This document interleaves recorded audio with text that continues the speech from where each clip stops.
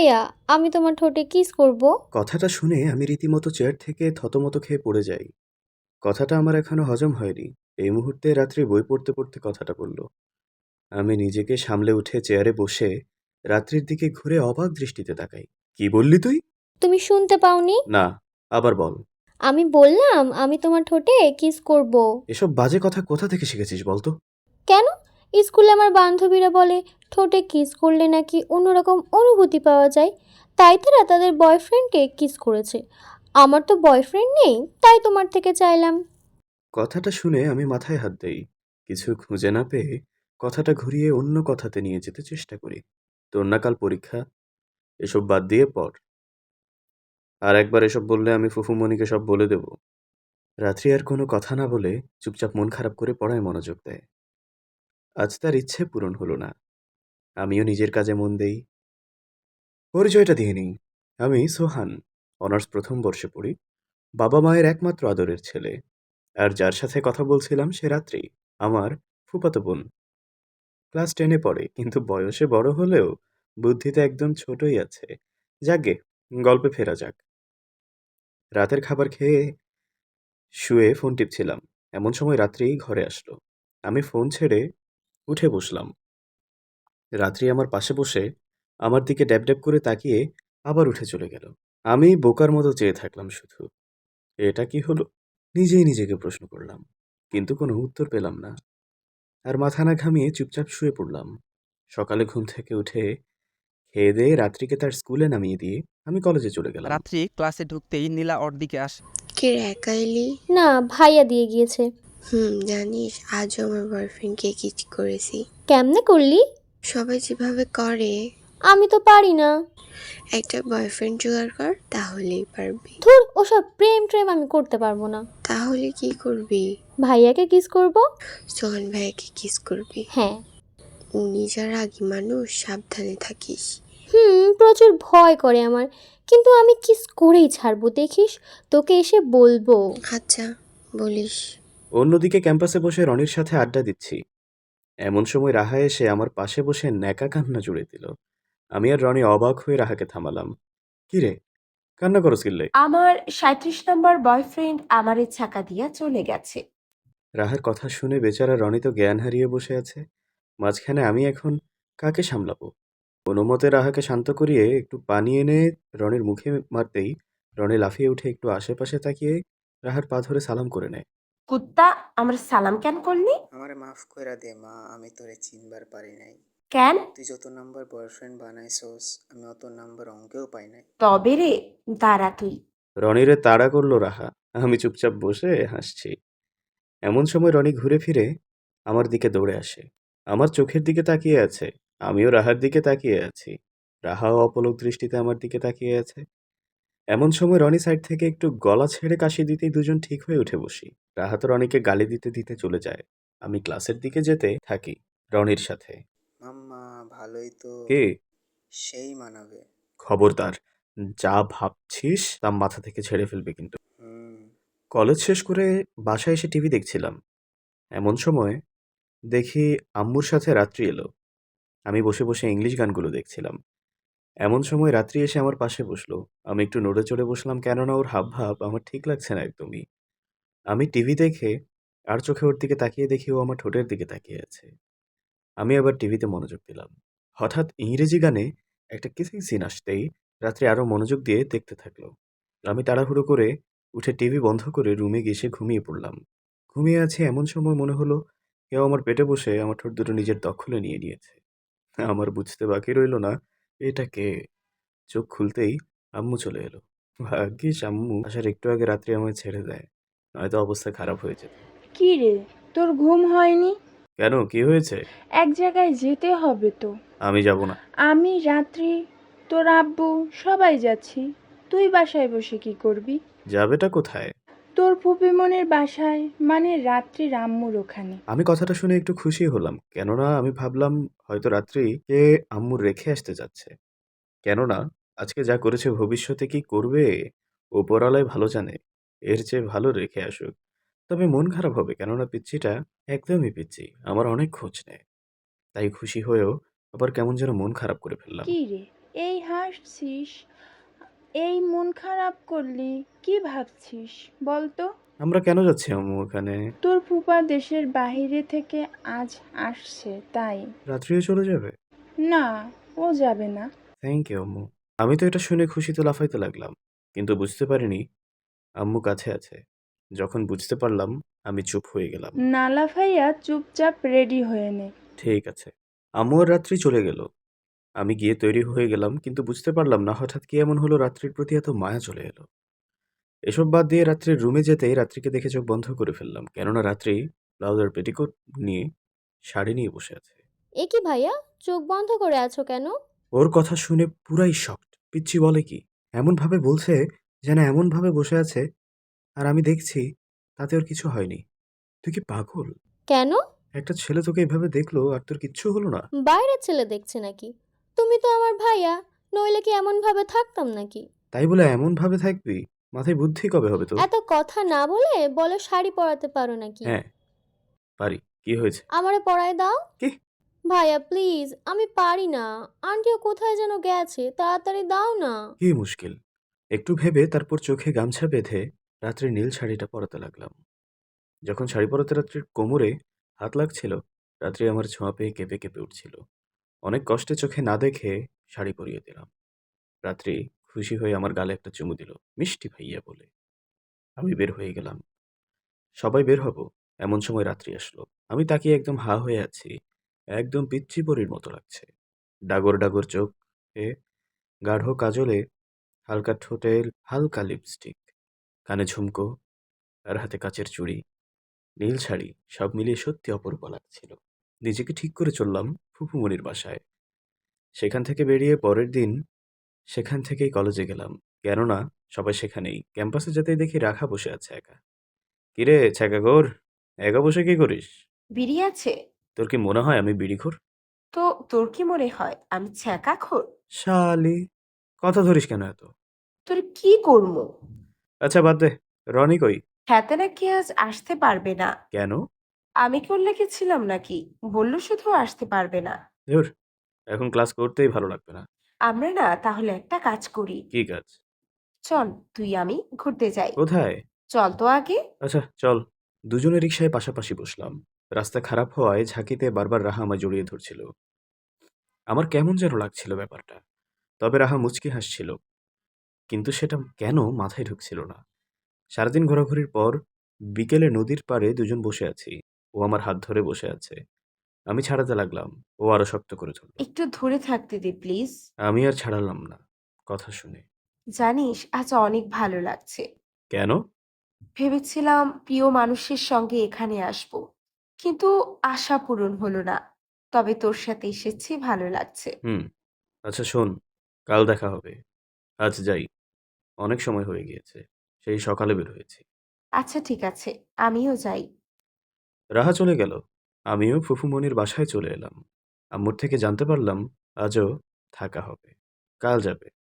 আমি একটু ছাদে গেলাম, কেননা এখানে ছাদ থেকে আশপাশটা খুব সুন্দর দেখা যায়। আমি ছাদে উঠে দেখতে লাগলাম পিচ্চি আর ছোট ছোট ছেলেমেয়েরা কানামাছি খেলছে, রাত্রি চোখ বাঁধা। আমি দাঁড়িয়ে দাঁড়িয়ে দেখতে লাগলাম। এমন সময় দেখলাম রাত্রি ধীরে ধীরে পেছোতে পেছোতে ছাদের কোণে চলে গেল। আমি চিৎকার করে ডাক দিলাম রাত্রি বলে। অমনি রাত্রি ৩ তলা থেকে পড়ে গেল। তাড়াতাড়ি নিচে নেমে থ হয়ে দাঁড়িয়ে গেলাম। আমার মুখের ভাষা যেন কেউ কেড়ে নিয়েছে।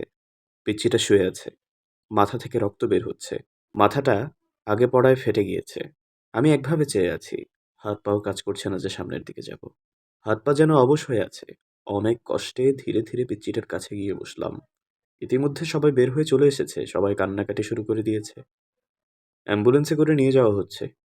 আমি শুধু রাত্রির হাত ধরে মুখের দিকে তাকিয়ে আছি, কেননা এখনো আমার কাছে স্বপ্নের মতো লাগছে সবকিছু। রাতে অপারেশন থিয়েটারের বাহিরে বসেছিলাম, মাথা নিচু করে কখন ভালো খবর পাবো। রাত্রি যেন ঠিক হয়ে যায়, এই জন্য আল্লাহর কাছে অনেক প্রার্থনা করেছি, অনেক টেনশনে। রাত্রির আম্মু আব্বুর অলরেডি জ্ঞান নেই। অবশেষে অপেক্ষার অবসান ঘটিয়ে ডক্টর বের হলো। আমি কাছে এগিয়ে গেলাম। ডক্টর মন খারাপ করে শেষ কথাটা বলে দিলেন, যে কথায় সব শেষ হয়ে যায়। তার এক কথায় সব এভাবে শেষ হয়ে গেল আমি ভাবতে পারিনি। সব যেন স্বপ্নের মতো লাগছে, যেন এক্ষুনি রাত্রি উঠে বলবে, ভাইয়া আমি এসে গিয়েছি। পায়ের তলা থেকে মাটি সরে গিয়েছে। অনেক কষ্টে ধীরে ধীরে হাঁটতে হাঁটতে ভেতরে গেলাম। দরজার কাছে গিয়ে রাত্রিকে দেখে ঠিক থাকতে পারলাম না। উপরওয়ালা যেন আমার সব শক্তি ফিরিয়ে দিলেন। রাত্রি বলে দৌড় দিতে হোঁচট খেয়ে পড়ে গেলাম। আর কি হলো জানি না।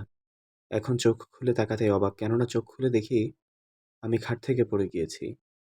আর এদিকে রাত্রি বলে চিৎকার করায় রাত্রি দৌড়ে চলে এসেছে। কি হয়েছে ভাইয়া, চিৎকার করে ডাকলে কেন? কিছু না, তুই যা। আচ্ছা। রাত্রি এটা বলে চলে যেতে লেগে আবার ফিরে এলো। কিরে, ফিরে এলি কেন? তুমি নিচে শুয়ে আছো কেন? পড়ে যাওনি তো? কই না তো, এমনি ব্যায়াম করতে নামছি। হি ভাইয়া, আমি জানি তুমি পড়ে গিয়েছো। আর একটা কথা বললে ধরে মারবো কিন্তু। না না, যাচ্ছি। রাত্রি চলে গেল, তবে স্বপ্নটা বাজে ছিল খুব। আমি উঠে ফ্রেশ হয়ে খেয়ে কলেজে চলে গেলাম। কলেজে যেতেই ঝামেলা হাজির। রনিকা আগে যেন প্রপোজ করছে, রাজি হয়নি, সে আমার কাছে কান্না শুরু। তোর নাকা কান্না থামাবি? ভাই দে না রিলেশনটা করিয়ে। না, করাই দিব না। সোহান, এমন করছিস কেন? তুই চুপ থাক রাহা, তুই ওর চিনিস না। কেন, কি হয়েছে? পরে বলবো। আচ্ছা, আর শোন, তুই এখন কোথায়? ফুফুমনির বাসায়। বাসায় যাবি কবে? মনে হয় তো আজ। কেন? কাল তোদের ওখানে যাব, কি? কেন? আন্টির সাথে দেখা করতে। আচ্ছা ঠিক আছে, যাস। প্রথমে ভেবেছিলাম আমার জন্য যাবে পড়ে, আম্মুর কথা শুনে হ্যাঁ বলে দিলাম। কি ভাবছিস বলতো? কই কিছু না তো। আচ্ছা, ঠিক আছে। কলেজ শেষ করে বাসায় চলে গেলাম। রাতে খেয়ে দিয়ে পড়তে বসলাম। পড়াগুলোও যেন আজ মুখস্থ হতেই যাচ্ছে না, শুধু ছিনিমিনি খেলছে।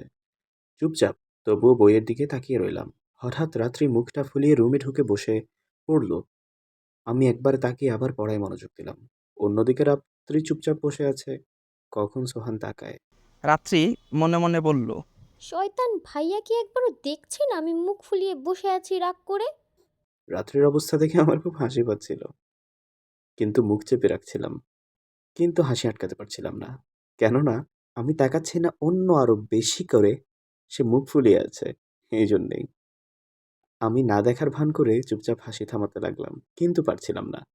একসময় রাত্রি না পেরে মুখ ছেড়ে দিয়ে বসে হাঁফাতে লাগলো। তারপর আমায় অবাক করে দিয়ে ধাক্কা দিয়ে শুয়ে আমার বুকের উপর চেপে বসে ইচ্ছে মতো মারতে শুরু করে আমায়। অনেক কষ্টে থামাই। রাত্রি মুখ ঘুরিয়ে বলল, যাও, তোমার সাথে কথা নেই। বুঝলাম, এবার রাগ ভাঙাতেই হবে। রাত্রির মুখটা ঘুরিয়ে আমার দিকে করলাম। ওর চোখের কোণে জল। জানি না কেন ওর চোখের কোণে পানি দেখে বুকের ভেতরটায় চিনচিন ব্যথা অনুভব করলাম। কি হয়েছে বলবি তো? আমি তোমার সাথে একটু পুকুর পাড়ে যেতে চাইলাম। পূর্ণিমার চাঁদ উঠেছে দেখবো বলে। একা ভয় লাগে, যার জন্য তোমাকে ডাকতে এসেছিলাম। আর তুমি? ও সরি পিচ্চি, ঠিক আছে, চল যাই। পিচ্চিটা অনেক খুশি হয়ে আমার গালে একটা চুমু দিল। তারপর বাহিরের দিকে যেতেই আমি গাল মুছতে মুছতে বাহিরে যেতে লাগলাম। বাহিরে যেতেই অবাক, আসলে খুব সুন্দর পূর্ণিমার চাঁদ উঠেছে। এই চাঁদের আলোতে পিচ্চিকে আরো পিচ্চি পরীর মতো লাগছিল। আমি এক পলক চেয়ে সামনের দিকে গেলাম। পুকুরের পাড়ে বসলাম দুজনে। রাত্রি আকাশের দিকে তাকিয়ে চাঁদ দেখছে। খুব খুশি, হালকা শীত পড়ছে। রাত্রি উপভোগ করছে সবকিছু। আজ প্রথম বের হলো তাই। এদিকে আমি মশার জন্য বাঁচি না। সারা মশা আমার কানে এসে গান শুরু করে দিয়েছে, আর আমার রক্তই খাচ্ছে।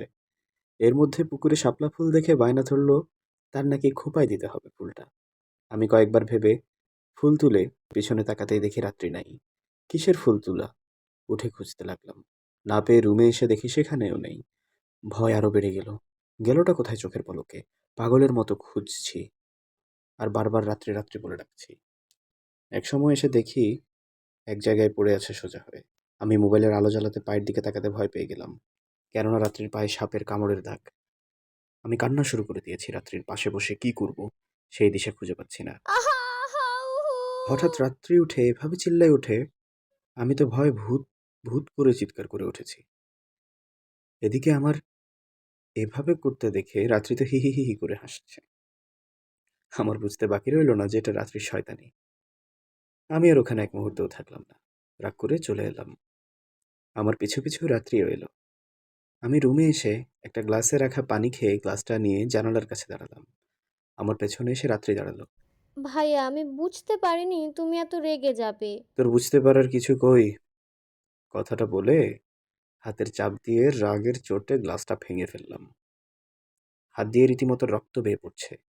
রাত্রি দেখে তো দৌড়ে আমার হাত ধরার চেষ্টা করছে, কিন্তু আমি ওকে দূরে সরিয়ে দেই। রাত্রির চোখে পানি চলে এসেছে, কিন্তু আমি সেটার পরোয়া না করে বাহিরে চলে যাই। ডক্টরের দোকান থেকে ব্যান্ডেজ করে নিয়ে আসি। কি রে বাবা, কি হয়েছে? না আম্মু, কিছু না। ও, আর তোর হাতে কি হয়েছে বাবা? ব্যান্ডেজ কেন? তেমন কিছু না, একটু কেটে গিয়েছে। বল না আমায়, কিভাবে কাটলো? এত চিন্তা করো কেন? অল্প কেটেছে, বলছি তো আমি। একদম আমায় মিথ্যা বলার চেষ্টা করবি না, বলে দিলাম। আম্মু আমি সত্যি বলছি, অল্পই কেটেছে, ভাঙা কাছে হাত লেগে। খেয়েছিস? হ্যাঁ, কিন্তু খিদে লেগেছে। আচ্ছা তুই যা, আমি খাবার নিয়ে আসছি। আচ্ছা, ঠিক আছে। আমি রুমে চলে গেলাম। অন্যদিকে রাত্রি সোহানের যাওয়া দেখে তার মামির কাছে গেল। রাত্রি গিয়ে দেখে তার মামি খাবার বাড়ছে। মামি, কার জন্য এগুলা? সোহানের জন্য, ওর নাকি খিদে লেগেছে। ও আচ্ছা, দাও আমি নিয়ে যাচ্ছি। তুই পারবি না। মামি দাও না। আরে, ওর হাতটা কাটা, খাইয়ে দিতে হবে। সেটা আমিই করে দিব। পারবি? হ্যাঁ। রাত্রি খাবার নিয়ে আমার রুমে ঢুকতে আমার রাগ উঠে যায়। রাত্রি কাঁচিমাচু হয়ে খাবার টেবিল রেখে আমার সামনে এসে দাঁড়ায়। ভাইয়া প্লিজ খেয়ে নাও। তুই কি যাবি আমার সামনে থেকে? আমার ধমকানো শুনে রাত্রি আঁতকে উঠে গিয়ে অন্য জায়গায় বসে কাঁদতে লাগলো। ওর কান্না দেখে আমারই কষ্ট হচ্ছিল। সব রাগ ভেঙে ওকে মানালাম।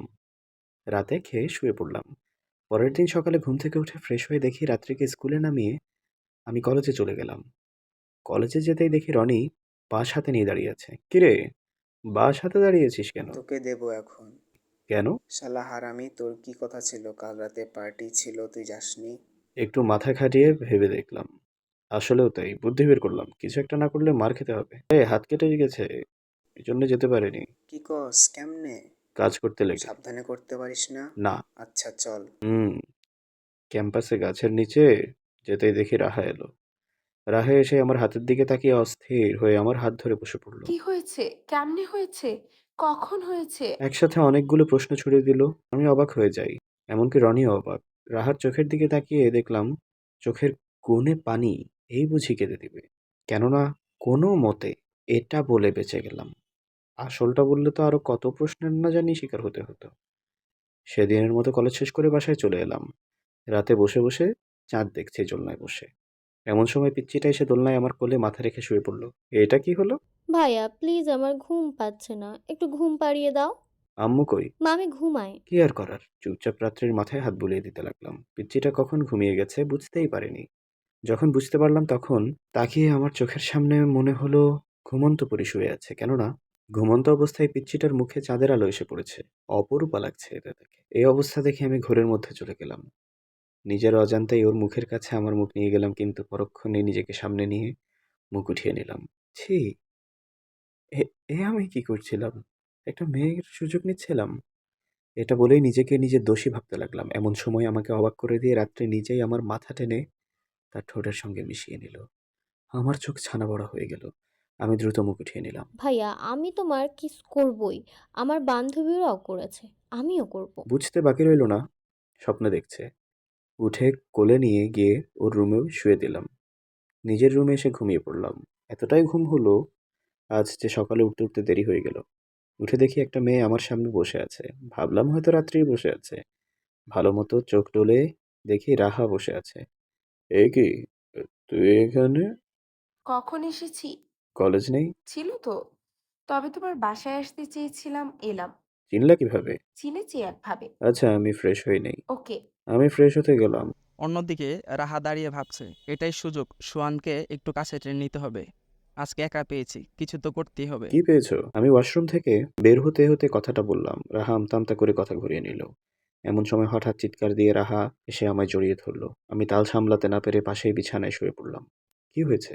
আরশোলা, রাহা ভয় পেয়ে আমায় জড়িয়ে ধরেছে। বুঝতে পেরেছি। এমন সময় দরজায় চোখ পড়তেই দেখি রাত্রি দাঁড়িয়ে আছে। আমি এক ঝটকায় রাহাকে সরকে ফেলে দিয়ে রাত্রিকে ডাকতে যাব, অমনি রাত্রি চলে গেল। আমি পিছু পিছু গেলাম, কিন্তু ও দরজা লাগিয়ে দিল। ভয় আরো বেড়ে গেল। না জানি যেতে কি করে।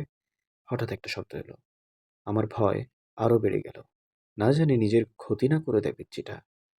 আমি অনেক দরজা ধাক্কাতে লাগলাম। একসময় রাত্রি দরজা খুলে বের হলো। রাত্রিকে দেখে স্বস্তির নিঃশ্বাস ফেললাম। কেননা যা ভাবছিলাম কিছুই হয়নি। ও একদম ঠিক আছে। দরজা আটকে ছিলি কেন? ড্রেস চেঞ্জ করলাম।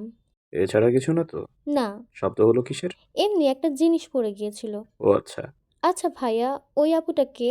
আমার কলেজের বান্ধবী। ও, বুঝেছি। সেই জন্য জড়িয়ে ধরেছিল তোমায়। আমার বান্ধবীরাও আমার জড়িয়ে ধরে, কিসও করে গালে। তোমার গালে কিস করেনি? পিচ্চি চুপ, বেশি কথা বলছিস। পিচ্চিটা আসলেই পিচ্চি, এসবের কিছু বুঝেছে না। তবে আজ যা হয়েছে সত্যিই খারাপ লাগছে। আমি আর দাঁড়িয়ে না থেকে রাহাকে এগিয়ে দিয়ে বাসায় এলাম।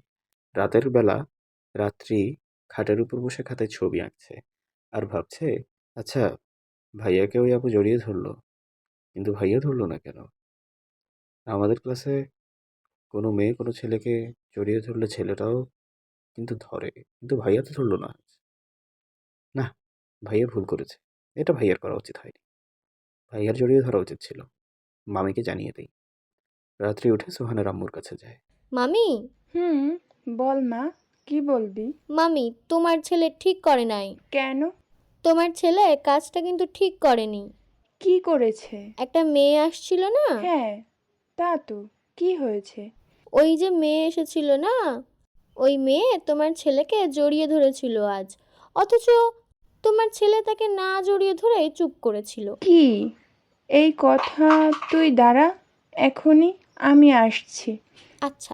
রাত্রি বসে টিভি দেখতে লাগলো। এদিকে আমি বসে মোবাইল টিপছিলাম। এমন সময় আম্মু এসে কান ধরে টেনে তুললো। আউ, লাগছে তো। খুব বেড়ে গেছিস, তাই না? কোথায় বেড়েছি? আউ, লাগছে তো। কাল কাজ আছে। কি কাজ বলবে তো? না, ঘুমাও এখন। কি করার আম্মু বললো না? চুপচাপ ঘুমিয়ে পড়লাম। সকালে ঘুম থেকে উঠে ফ্রেশ হয়ে খেয়ে দিয়ে রুমে বসে আছি। এমন সময় আম্মু রাত্রিকে তৈরি করে আমার সামনে আনলো। ওকে, বাসায় দিয়ে আয়। কি হয়েছে? কাজ আছে, যা, নাইলে খবর আছে। চুপচাপ আম্মুর কথা মতো রাত্রিকে দিয়ে এলাম। আসার সময় কেমন যেন বুকে ব্যথা অনুভব করলাম। মনে হচ্ছিল কাছের কাউকে ছেড়ে আসছি। বাসায় চলে এলাম। এদিন সারাদিন ঘুমের মধ্যেই কেটে গেল। তার মাঝে পিচ্চিটাকে বড্ড মিস করছিলাম। কষ্ট হচ্ছিল, তবুও নিজেকে সামলে নিলাম। পরের দিন সকালে ফ্রেশ হয়ে বসে আছি। কলেজ যেতে মন চাইছে না, তাই ফোনটাও অফ করে রেখেছিলাম যেন ফোন নিতে না পারে। রুমের মধ্যেই হাঁটছি। হাঁটতে হাঁটতে পিচ্চিটার রুমে চলে এলাম। পিচ্চিটার রুমে এসে দেখি আমার ছবিতে ভরা। তার ছবিও ছিল। খাটের উপর কিছু ছবি দেখলাম। সেগুলো হাতে নিয়ে অবাক, কেননা সেগুলো আমার ছবি। খুব সুন্দর করে এঁকেছে, খুব সুন্দর হয়েছে। এমন সময় হঠাৎ কলিং বেল বেজে ওঠে। ভাবলাম হয়তো রাত্রি এসেছে। খুশি হয়ে দৌড়ে গেলাম দেখতে। এই বুঝি ভাইয়া এসে গেছি। আমি এই আশায় গেলাম, কিন্তু হতাশ হলাম, কেননা পাশের আন্টি কিছু বলে গেল। রুমে চলে এলাম। বোরিং লাগছিল খুব। আজও সারাদিন এভাবেই কেটে যাচ্ছে। রাতে ছাদে বসে আছি। শীতল বাতাস বয়ে যাচ্ছে। আকাশে পূর্ণিমার চাঁদ উঠেছে। তার মাঝে আমি একা বসে আছি। পাশে থাকা ফোনটি হঠাৎ বেজে ওঠে। আমি চুপচাপ ফোনটা হাতে নিই। চুপচাপ ফোনটা রিসিভ করলাম। কে বলছেন? কেমন আছো সোহান? ভালো। আপনি কে? চিনবে পরে। আপনি বলুন, নয়তো ফোন কেটে দিন। প্লিজ, হাত জোর করছি, কথাটা শোনেন প্লিজ, খুব জরুরি। বলেন। আগে কথা দাও, শুনবে? হ্যাঁ, শুনবো। বলেন তাড়াতাড়ি। আমার হাতে সময় নেই। সোহান, আমি তোমার সেই ফারা। কথাটা শুনে অবাক হয়ে আমি বসা থেকে উঠে দাঁড়িয়ে পড়ি। কি হলো, চুপ করে আছো কেন? আমি আর এক মুহূর্তও দেরি করলাম না। ফোন কেটে দিলাম। ফোন কেটে দেওয়ার সাথে সাথে আরও ফোন আসতে লাগলো। আমি রাগ করে ব্লক লিস্টে ফেলে দিলাম। অতীতটা আজ মনে পড়তে লাগলো। ফোনে কিছু একটা করছিলাম, এমন সময় টুং করে একটা মেসেজ এলো। মেসেজ ওপেন করতে দেখি একটা মেয়ের মেসেজ। যেহেতু ফোনে তেমন মেয়েদের সাথে কথা বলি না, তাই রেখে দিলাম। একটু পর আরও মেসেজ এলো যে রিপ্লাই দেই নাই। তার জন্য আবার ভাব বেশি। আমার ভাব বেশি না। তাহলে রিপ্লাই দিচ্ছেন না কেন? আমি মেয়েদের সাথে তেমন কথা বলি না। হায় হায়, লেখক মানুষ তো ভাব তো পারবেই। লেখক হলেই যে ভাব বাড়ে, এটা কে বলেছে আপনাকে? পাগল নাকি? হুম, আমি জানি। জানেন তো, মুড়ি খান? এই যে শুনবেন তো, হুম, যা বলার তাড়াতাড়ি বলবেন। আপনার সাথে পরিচিত হতে পারি? আমার প্রোফাইলে দেওয়া আছে, দেখে নেবেন। আমি যাই, টাটা। দেখুন, দেখার হলে আগেই দেখতাম। আমি আপনার থেকে শুনবো। বলেন না, লেখকদের উচিত না পাঠকদের সাথে এমন ব্যবহার করা। আচ্ছা, যা যা জিজ্ঞেস করার করুন। আমি উত্তর দিয়ে চলে যাচ্ছি। আপনার নাম? সোহান। অনেক সুন্দর নাম। আমার নাম জিজ্ঞেস করলেন না? আপনার সাথে কি প্রেম করবো নাকি যে আপনার বায়ো জানতে যাব? আপনি এত সুন্দর গল্প লিখেন কেমনে? কেন? আমার মন থেকে। আপনার মনটা এত সুন্দর, না জানি আপনি দেখতে কত সুন্দর হবেন। হায় আল্লাহ! এতদিন দেখতাম ছেলেরা বাম মারে। আজ দেখছি মেয়েরা মারছে না। বাহ! উফ, আমি মোটেও পাম মারছি না, তাইলে কি মারতেছেন? লাইন মারছি। লাভ নাই। কেন? এমনি। আচ্ছা, আপনার পিক দেখতে পারি প্লিজ? হাহা, যাক অবশেষে একটু হলেও পাল্টে দিলাম। কি? এতদিন মেয়েদের থেকে নাকি ছেলেরা বেশি পিক চাইতো। আজ উল্টো চাইছে। বাহ! হুম, আপনার থেকেই পিক যাচ্ছি প্রথম। এফবিতে আছে দেখে নিন। ওটাতেই মুখ দেখা যাচ্ছে না। তাহলে মুড়ি খান। টাটা। আর কথা বলার সময় দেয়নি। অফলাইন হয়ে গিয়েছিলাম। এর পরের দিন ঢুকতে হয়। মেসেজ তবে বেশি উত্তর দিতাম না। এভাবে কয়েকদিন যেতে যেতে মেয়েটার সাথে কথা বলে ভালো লেগে গেল। আমরা কেউ কাউকে দেখিনি। আমিও জানি না সে কে। একদিন হুট করে ফারা প্রপোজ করে বসে। আমারও ওকে ভালো লেগেছিল বিধায় অ্যাকসেপ্ট করি। ভালোই চলছিল, দুজন দুজনকে অনেক ভালোবাসতাম। কেউ কাউকে ছাড়া এক মুহূর্তও থাকতে পারতাম না। একদিন হঠাৎ ও আমায় ব্লক মারে। চেষ্টা করে ওর সাথে কথা বলতে পারিনি। নাম্বারও ছিল না যে ফোন দিব। সেদিন অনেক কান্না করেছিলাম। তাই রাগ করে নিজেকে বলেছিলাম আর কোনোদিন কাউকে ভালোবাসবো না। এই ছিল অতীত। এখন বর্তমানে ফেরা যাক। নাম্বার ব্লক করেছি জন্য মেসেজ দিয়েছে। যদিও অনেক ভালোবাসতাম, তাই মেসেজটা না দেখে পারলাম না। জানি তুমি অনেক রাগ করেছো, তবে বিশ্বাস করো, আমি তোমায় এখনো ভালোবাসি। আমি নিজ ইচ্ছায় তোমার সাথে কথা বলা বাদ দিইনি। আমার বাসা থেকে ফোন কেড়ে নিয়েছিল, চেয়েও কোনো ফোন নিয়ে তোমার সাথে যোগাযোগ করতে পারিনি। এখনো তোমায় আমি অনেক ভালোবাসি। বিশ্বাস করো, এখন তুমি যা করার করো, কিন্তু আমি শুধু তোমায় ভালোবাসি। মেসেজগুলো পড়ে খুব কষ্ট হচ্ছিল। আর না পেরে ব্লক খুলে ওকে ফোন দিলাম। কিছুক্ষণ নীরব থাকার পর দুজন দুজনকে সরি বলে বলে হাসাহাসি শুরু হয়ে গেল। কথা বলতে বলতে কখন গভীর রাত হয়ে গেল বুঝলাম না। খুব ভালো লাগছিল। এখন আমার ভালোবাসা আবার ফিরে এসেছে। খুশিতে গিয়ে ঘুম দিলাম। এক ঘুমে দেখি সকাল হয়ে গিয়েছে। বিছানা থেকে উঠে ফ্রেশ হতে গিয়ে খাওয়া-দাওয়া শেষ করলাম। গিয়ে দেখি আম্মু আর কিছু লোক কথা বলছে। বুঝতে পারছিলাম না কি হচ্ছে। উঠেছিস? হ্যাঁ, কিন্তু কিসের কথা বলছো? তোর বিয়ে। বিয়ের কথা? শুনে আমি আকাশ থেকে পড়লাম। কি বলো আম্মু?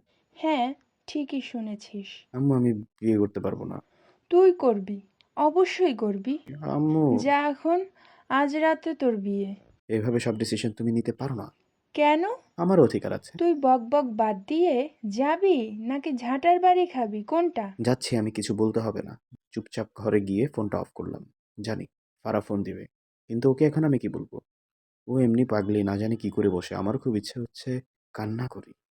হে উপরালা, আমায় তুমি এ কেমন পরীক্ষায় ফেলেছো? যাকে এতদিন পর ফিরে পেলাম, তাকেই পাবো না? বুকে চিনচিন ব্যথা অনুভব করলাম। অনেক কষ্ট হচ্ছিল। এজন্য চুপচাপ ঘুমিয়ে নিলাম। কেননা ঘুমালে হয়তো কষ্টটা কম লাগবে। অনেক কষ্টে ঘুমহীন চোখে ঘুমানোর চেষ্টা করলাম। একটু আগেই ঘুম থেকে উঠেছি। এখন আবার ঘুম হবেই না। তাই ২ টা ঘুমের ওষুধ নিলাম। একটু সময়ের মধ্যে ঘুমের দেশে পাড়ি জমালাম। বিকেলে আম্মু ডাকছে। সেদিকে খেয়াল নেই। আমার পুরো চোখ জুড়ে ঘুম। বাধ্য হয়ে আম্মু আমায় টেনে তুলল। আমার মাথার মধ্যে ঘুরছে, চোখে ঝাপসা দেখছি। ঘুমের কারণে চোখ বুজে আসছে। তোর কি হয়েছে? কিছু না। এমন করছিস কেন? আমি বিয়ে করব না। বিয়ে তোকে করতেই হবে। আম্মু আমি একজনকে ভালোবাসি। চুপ, ওসব বললে আমার মরা মুখ দেখবি। মরার খবর শুনে চুপ হয়ে গেলাম। মেয়েটা ভালো, একদম মনের মতো। এ কথা বলে আম্মু চলে গেল। আমি বিছানায় বসে পড়লাম। আসলে কিছু কিছু পরিবারের কারণে ভালোবাসা সব শেষ হয়ে যায় এক নিমিষেই। পরিবার ভালো চায় সবসময়। কিন্তু পরিবার এটা বুঝতে চায় না, কি পেলে তার ছেলে মেয়ে ভালো থাকবে। বর্ষে যে বিয়ে করতে যাচ্ছি, চোখে এখনো ঝাপসা দেখছি। ঘুমের ওষুধ কাজ এখনো করছে। তাই সব নেশা নেশা লাগছে। বিয়ে বাড়িতে পৌঁছে গেলাম। বসে আছি। ঘুমের ওষুধের কারণে ঠিকভাবে বসতে পারছিলাম না। এজন্য টক খাইয়ে দিল। আর আমি সব শেষ। ঠিক হয়ে গেলাম আবার। অবশেষে বিয়েটা হলো। আমি এখনো জানি না কার সাথে আমার বিয়েটা হইছে। বাসর ঘরের সামনে দাঁড়িয়ে আছি। আমি ভেতরে ঢুকলাম। ঢুকে দেখলাম যে মেয়েটা বসে আছে ঘোমটা দিয়ে। আমি এখনো জানি না মেয়েটা কে। চুপচাপ কাছে গিয়ে বসলাম। দেখার জন্য যে মেয়েটা কে। তাই ঘোমটা তুলতেই অবাক। কেননা রাত্রে এখানে। বুঝতে বাকি রইল না আম্মু আমার সাথে ষড়যন্ত্র করেছে। সবথেকে বেশি অবাক হলাম কেননা পিচ্চিটা বসে, বসে ঘুমিয়ে পড়েছে।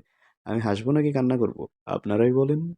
তবুও রাগ না করে পিচ্চিটাকে শুইয়ে দিয়ে বেলকনিতে গিয়ে দাঁড়ালাম। ফোনটা সারাদিন বন্ধ, তাই ফোনটা খুলতেই শুরু হয়ে গেল ঝড়। এত পরিমাণ ফোন আর মেসেজ যে বলার মতো না। মানুষ এত কল দিতে পারে, আগে জানা ছিল না। ফোনটা অন করার সাথে সাথে ফোন চলে এলো। হ্যালো? ওই কুত্তা, সারাদিন কই থাকিস তুই? বাসায়। তোর ফোন বন্ধ কেন? ফোন অফ হয়ে গিয়েছিল। আর আমি আব্বুর অফিসে গিয়েছিলাম। না চাইতেও মিথ্যাটা বলতে ইচ্ছে হচ্ছিল না আমার এখানে, কিন্তু মিথ্যাটা বলবো না, কিন্তু না বলে পারলাম না। জানি না এর পরিণাম কি হবে। বলবা তো একবার। জানো কত কান্না করছি? মাফ করে দাও প্লিজ। হুম, ঠিক আছে। কি করো? এই তো দাঁড়িয়ে আছি। তুমি আমি বসে আছি। ঘুমাওনি? ঘুমাইতে দিছো নাকি, হ্যাঁ? সারাদিন কান্দাইছো? মরেই যেতাম আজ কথা না বলে। আচ্ছা, তোমায় কিছু কথা বলার আছে। কাল এই কলেজে দেখা করতে পারবে? পারবো। তবে কলেজে এসে আমায় দেখে অবাক হবে। কেন? সেটা কাল ভালো জানতে পারবা তুমি। আচ্ছা ঠিক আছে, তুমি ঘুমাও, আমিও ঘুমাবো। আচ্ছা, ঠিক আছে। আমি ফোন কেটে দিয়ে সোফায় শুতেই ঘুমিয়ে পড়লাম। সকালে দেখি পিচ্চিটা ডেকে তুললো। ভাইয়া কখন উঠবে? উঠেছি, তুই যা। ভাই আমি কখন ঘুমিয়েছি? জানি না তো। তোমার ঘরে কেন আমি? পিচ্চি, তোর বিয়ে হয়েছে। কার সাথে? আমার সাথে। ধুর, মজা করছো তুমি। আমার বিয়ে হয়নি। আম্মু তো বলল বিয়ে বিয়ে খেলা, যেটা ছোটবেলায় খেলতাম। হায় রে পিচ্চি। আচ্ছা যা, আমি একটু কলেজে যাব।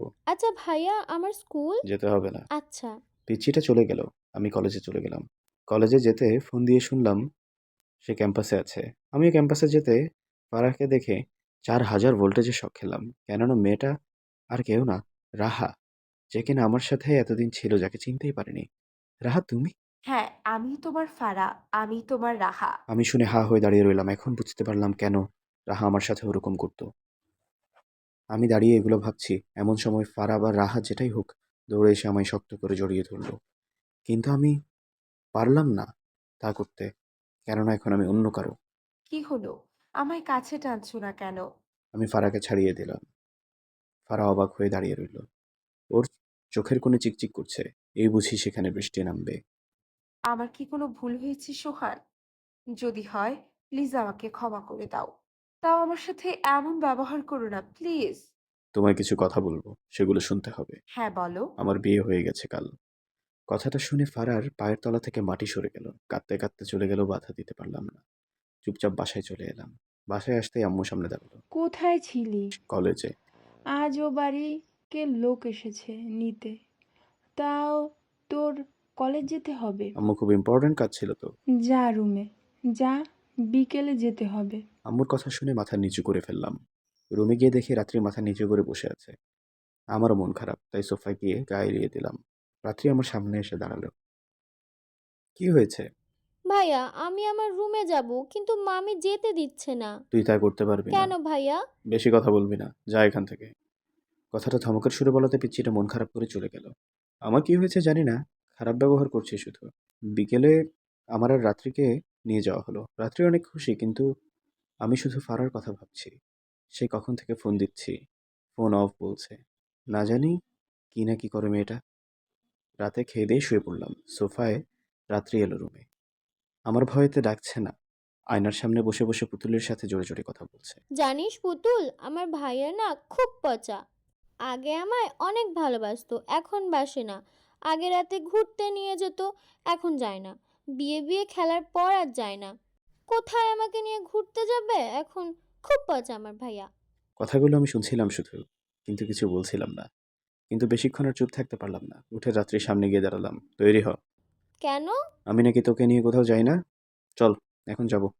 আমার কথা শুনে অনেক খুশি হয়ে তৈরি হতে লাগলো, কিন্তু তৈরি হতে গিয়ে মন খারাপ। আমার বুঝতে বাকি রইল না যে কি হয়েছে। আমি চুপচাপ গিয়ে পিচ্চিটাকে শাড়ি পরিয়ে দিলাম। তারপর রাত্রির আম্মু আব্বুকে বলে বের হলাম গাড়ি নিয়ে। নদীর পাড়ে এসে দাঁড়াতে রাত্রি বলল গাড়ি থামাতে। নদীর পাড়ে একটা ফুচকার দোকান। রাত্রি বায়না ধরলো ফুচকা খাওয়ার জন্যে। ফুচকার দোকানে গিয়ে 1 প্লেট ফুচকা অর্ডার করলাম। আমার ভালো লাগছিল না, সেজন্য চুপচাপ দাঁড়িয়ে রইলাম। পিচ্চিটা একদম বাচ্চাদের মতো করে খাচ্ছিল, তাই একটু হাসি পাচ্ছিল। কিন্তু তবুও ফারার কথা মনে আসতে হাসি ফুটল না মুখে। ফুচকার বিল দিয়ে দিতে যাচ্ছি, এমন সময় বায়না ধরলো হাত ধরে হাঁটবে। আমি কিছু না বলে হাঁটতে লাগলাম। আকাশে হঠাৎ মেঘলা হয়ে গেল। এই বুঝি অঝোরে ধারায় বৃষ্টি নামবে। শীতল হাওয়া বইছে। রাত্রি ঠান্ডায় আমার হাত শক্ত করে ধরে আমার দিকে সেটে আসলো। আমি হাঁটছি, রাত্রি একা একা বকবক করছে। আমার কেন যেন মন এখানে নেই, শুধু ফারার কথা চিন্তা হচ্ছে। হঠাৎ বৃষ্টি নেমে এলো। রাত্রি আমার হাতটা ছেড়ে দিয়ে বৃষ্টিতে ভিজতে লাগলো। আমি দৌড়ে একটা ছাউনির নিচে দাঁড়ালাম। পিচ্চিটা বাচ্চাদের মতো করে ভিজতে লাগলো। না চাইতেও আমার চোখ সেদিকে গেল। রাত্রির এই পাগলামিটা ভালো লাগায় পরিণত হলো। কিছুক্ষণের মধ্যে নিজেও বুঝতে পারলাম না কখন আমার মন ভালো হয়ে গিয়েছে। একসময় রাত্রি এসে আমায় টেনে নিয়ে গেল। দুজনে ভিজতে লাগলাম। কিন্তু আমার কেমন যেন হিংসে হচ্ছিল। কেননা বৃষ্টির ফোঁটাগুলো রাত্রির কেক ছুঁয়ে যাচ্ছিল। খুব রাগ হচ্ছিল। তবুও নিজেকে ঠিক করে নিলাম। ভেজা শেষ হলে বাসায় চলে এলাম। রাত্রির খুব ঠান্ডা লেগে গেল। ভালো হয়েছে, ভিজেছিস, এখন বোঝ। ভাইয়া আমার ইচ্ছা করছিল তাই ভিজেছি। ভালো। রাত্রিকে ওষুধ খাইয়ে সোফায় ঘুমিয়ে গেলাম। পরের দিন বিকেলে বাড়ি যাচ্ছিলাম গাড়িতে। রাস্তায় গাড়ি থামিয়ে দাঁড়ালাম। সে গাড়ি থামাতে বলল, কি হয়েছে? আইসক্রিম খাবো। তোর না ঠান্ডা? তবুও খাবো প্লিজ। আমি বারণ করতে পারলাম না। এমন সময় কোথা থেকে ফারা এসে আমায় জড়িয়ে ধরে কিস করলো, আমার পুরো গাল জুড়ে। আমি শকড। আমাদের এমন অবস্থা দেখে রাস্তার দিকে দৌড় দিল রাত্রি। আমি ফারাকে ছেড়ে রাত্রি বলে ডাক দিলাম। এমন সময় একটা গাড়ি এসে আমি চিৎকারটা দিতেই মাটিতে বসে পড়লাম। আমি ভাবছি হয়তো রাত্রি মারা গেছে। বসে বসে মাথা নিচু করে কান্না করছি। ফারা অবাক হয়ে সব দেখছে যে আসলে কি ঘটছে এখানে। আমি বসে আছি, এমন সময় আমাদের সামনে এসে কেউ দাঁড়ায়। আমি কাঁদতে কাঁদতে তার মুখের দিকে চেয়ে রইলাম, আসলে কে সে। মুখের দিকে তাকাতে বসা থেকে উঠে পড়লাম। কেননা মেয়েটা আর কেউ না, রাত্রি। ওকে দেখে প্রচণ্ড খুশি হলাম যে ওকে জড়িয়ে ধরে পুরো গালে চুমুতে ভরিয়ে দিলাম। ভাইয়া থামেন থামেন, এমন করছেন কেন? কাঁদছেন কেন? আমি এবার রেগে রাত্রির গালে ঠাস করে চড় মেরে দিলাম। রাত্রি চড় খেয়ে কাঁদতে লাগলো। ভাইয়া তুমি পচা, আমায় মারো। তাহলে তুই এভাবে দৌড়াতে গেলি কেন? যদি কিছু হয়ে যেত? আরে আমি তো ফুল আনতে গিয়েছিলাম। ওই পাশে তাকিয়ে দেখো ফুল বিক্রি করছে। আমি অন্য পাশে তাকিয়ে দেখি সত্যিই তাই। এমন সময় ফারা আমাকে কিছু প্রশ্ন করলো। সোহান, এই মেয়েটা কি তোমার বোন? না, এ আমার বউ। কি? হ্যাঁ। কিন্তু ও তো পিচ্ছি। জানি না, আম্মু সব ঠিক করেছে। আচ্ছা ভাইয়া, এই আপুটা তোমায় এত আদর করে? আদর মানে? এই যে তোমায় জড়িয়ে ধরে তোমার গালে চুমু খেলো, এটা তো আদরই। তাহলে তুই রাগ করে দৌড় দিস নাই? না তো, আমি তো ফুলের জন্য দৌড় দিচ্ছি। এরপর আমি আর কি করব বলেন? পিচ্ছি, একদমই পিচ্ছি। ফারাকে বিদায় বলে রাত্রিকে নিয়ে বাসায় চলে আসলাম। অন্যদিকে ফারা কিছু ভাবছে মনে মনে। বাহ, এই মেয়েটা সোহানের বউ, যে কিনা কিছুই জানে না। ওকে তো আমি এক তরিতে সোহানের জীবন থেকে সরিয়ে দিয়ে আমি ওর জীবনে যাব। সোহান শুধু আমারই, আমারই, আমারই। কথা বলে ফারা ভিলেন হাসি দেয়। তারপর সবাই বাসায় ফিরে যায়। মাঝরাতে সবাই ঘুমিয়ে পড়েছে। আমি বেলকনিতে দাঁড়িয়ে আছি, এমন সময় ফোনটা বেজে ওঠে। তাকিয়ে দেখি ফারা ফোন দিয়েছে। কি করে আমার সোনাটা? এই তো দাঁড়িয়ে আছি। তুমি? আমি তো শুয়ে শুধু তোমার কথাই ভাবছি। তুমি আমার উপর রেগে নাও? তোমায় ভালোবাসি। আমি তোমার উপর রেগে থাকতে পারি বলো? সত্যি? আরে হ্যাঁ, সত্যি। হুম। আমার না প্রচুর ঘুম ধরেছে, কি করব? ঘুমিয়ে পড়ো। রাগ করবে না তো? রাগ করবো কেন? হ্যাঁ, ঘুমাও যাও। ঠিক আছে। এরপর আর কোনো কথা না বলে ঘুমিয়ে পড়লাম। দুদিন পর ফোন টিপছি, এমন সময় চিৎকার করতে করতে রাত্রে পেছন থেকে এসে আমায় জড়িয়ে ধরলো। আমি অমনি ঘুরে দাঁড়ালাম। কি হয়েছে? তেলাপোকা। হায় আল্লাহ! তাই বলে এত জোরে চিৎকার করতে হবে? ও কি তোকে খেয়ে ফেলবে? না, সেটা না, কেমন করে যেন হঠাৎ ভয় লাগে। যা এখন। বিকেলের দিকে শুয়ে আছি, এমন সময় রাত্রি আমার সামনে এসে দাঁড়ালো। কি হয়েছে? ভাইয়া, আমার বান্ধবীর বাসায় যাব। যা, আর আম্মুকে বলে যাস। ঠিক আছে। এ কথা বলে রাত্রি চলে গেল। আমি আমার মতো শুয়ে রইলাম। এভাবে কয়েকদিন চলে গেল। এই কদিনে ফারহা প্রতিদিন আমার কাছে এসে সময় কাটিয়েছে একসাথে। এমনকি আমার সাথে খুব ঘনিষ্ঠ থেকেছে। কিন্তু রাত্রে পিচ্ছি, তাই এগুলো কিছুই বুঝেনি। আর প্রতিদিন রাত্রে বিকেলে কোথাও না কোথাও যায়। একদিন বিকেলে শুয়ে আছি, এমন সময় রাত্রি এসে আমায় ডাক দেয়। কি হয়েছে, ঘুম ভাঙালি কেন? এক জায়গায় যাব। কোথায়? আম্মুর ওখানে। আম্মুকে বলে যা। ঠিক আছে। রাত্রি চলে গেল। আমি উঠে ফ্রেশ হয়ে কিছু খেয়ে নিলাম। খেয়ে সোজা রুমে আসতেই ফোন বেজে উঠলো। দেখলাম ফারহা ফোন দিয়েছে। কি করো? খেয়ে রুমে আসলাম আর ফোন দিছো। তোমার বউ কোথায়? ওর আম্মুর ওখানে গেছে। তোমার বউ পিচ্চি, তাই না? হ্যাঁ, কেন? দেখো, তোমার বউ পার্কে কারো কাঁধে মাথা রেখে নতুন স্বপ্ন দেখছে। আমার বিশ্বাস হয় না। গিয়ে দেখো। ফারহার কথা মতো আমি পার্কে গিয়ে থ হয়ে দাঁড়িয়ে পড়লাম। রাত্রি কারো কাঁধে মাথা রেখে বসে আছে। খুব রাগ হলো। কাছে গিয়ে ঠাস করে চড় মারলাম রাত্রিকে। ছি, তুই এভাবে আরেকটা ছেলের সাথে? ওহ, এখন আর একটা ছেলের সাথে? তুমি যে অন্য মেয়ের সাথে কত ঘনিষ্ঠ হয়ে থাকো তখন? কথাটা শুনে যেন আমার পায়ের তলা মাটি থেকে সরে গেল। রাত্রি ছেলেটার হাত ধরে চলে গেল। এমন সময় ফারহা আমার সামনে এলো। কি, বিশ্বাস হলো তো আমার কথা? চুপচাপ করে আছো কেন? আমার ভালো লাগছে না, আমি বাসায় গেলাম। এই কথা বলে সেখান থেকে বাসায় চলে এলাম। বড্ড খারাপ লাগছিল। বারবার কথাগুলো মনে পড়ছিল। না চাইতেও চোখের কোণে পানি চলে এলো। সন্ধ্যা লেগে গেছে। রাত্রি এখনো আসেনি। খুব চিন্তা হচ্ছিল ওর জন্যে। একটু পরেই রাত্রি চলে এলো। আমি চুপচাপ বসে আছি। জানি না রাত্রি কি বলে। আমি আর চিন্তা না করে চুপচাপ ঘুমিয়ে পড়লাম। ভাইয়া ওঠো, আর কত ঘুমাবে? সকাল হয়ে গেছে তো। যা তো, কাল বিকেলে কারো হাত ধরে হাঁটছো। কি আমার নামে এসব? দাঁড়া, মজা বোঝাচ্ছি আমি। পিচ্চিটা পানি এনে ঢেলে দেয়। হঠাৎ পানি দেওয়ায় আমি লাফিয়ে উঠি। পানি দিলে কেন? ওঠো না কেন তুমি, হ্যাঁ? কেন উঠবো? কাল যদি অন্য ছেলের হাত ধরে ঘুরলি? কি আমার নামে এত মিথ্যা? তো কি? আচ্ছা, আম্মুকে ফোন দিয়ে শোনো যে আমি সত্যি বলছি নাকি মিথ্যা। আমি সত্য যাচাইয়ের জন্য ওর বাসায় ফোন দিলাম। ওর আম্মু ধরলো। আসসালামু আলাইকুম আম্মু। বাবা বলো কি বলবে? রাত্রিকাল আপনার ওখানে ছিল? হ্যাঁ, সারাদিন আমার ওখানেই ছিল। এটা শুনে আমার মাথা কাজ করা বন্ধ করে দেয়। আমি ফোন কেটে দিই। শুনলে তো কি বললো? হুম। রাত্রি চলে গেল। আমি বসে রইলাম আর ভাবতে লাগলাম কি হলো? তাহলে নাকি স্বপ্ন ছিল এগুলো? এর মধ্যে ফারা ফোন দিল কিন্তু আমি রিসিভ করলাম না। সোহান, তুমি আমার ফোন ধরলে না। আমি আগুন লাগিয়ে দিব এখন। দেখো, তোমায় আমি নিজের করবই। দেখো শুধু এবার এই ফারা কি করতে পারে। বিভিন্ন কথা মাথায় আসছে। আমার এখন এমন সময় রান্নাঘর থেকে একটা চিৎকারের শব্দ এলো। আমি সেটা শুনে দৌড়ে গিয়ে দেখলাম রাত্রি দৌড়ে চলে এলো ওর কাছে। দেখছি হাত কেটে বসে আছে। দৌড়ে গিয়ে দেখি হাত কাটা। হাতটা মুখে নিলাম। রাত্রি বাচ্চাদের মতো লাফালাফি শুরু করে দিল। হাত মুখ থেকে বের করে ওকে রুমে টেনে নিয়ে বসালাম। কিট নিয়ে এসে ওর হাতে লাগাতে লাগলাম। অনেকখানি কেটেছে। কিভাবে কাটলো? সবজি কাটতে গিয়ে। মন কোথায় ছিল? তোমার দিকে। আমার দিকে কেন? তুমি বকো তাই সেগুলো ভাবছিলাম, আর কেটে গিয়েছে। রান্নাঘরে গেলে থাপড়াইয়া তোর সব দাঁত ফালাই দিব। পারিস না যেটা সেটা করতে যাস কেন? আর যাব না। লক্ষ্মী মেয়ে এবার চুপচাপ রেস্ট নেয়। রাতের বেলা সবাই ঘুমিয়ে আছে। আমার ঘুম আসলো না। কেন যে চোখের ঘুম শেষ হয় না বুঝতে পারছি না। চোখের ঘুম তো শেষই হয়ে গেল।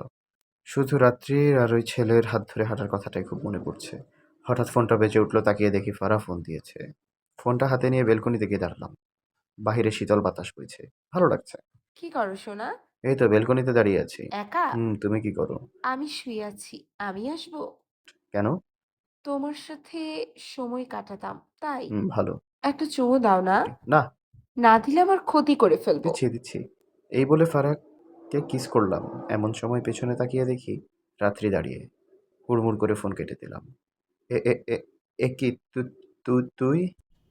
আমি, কিন্তু তুমি তোতলাচ্ছ কেন? কই না। তাহলে কাকে চুমু দিলে? আরে ওর নাকি হাতে ব্যথা করছিল তাই চুমু দিয়ে ব্যথা সারিয়ে দিলাম। যা ঘুমা, আমিও ঘুমাবো। সেখান থেকে চলে এলাম।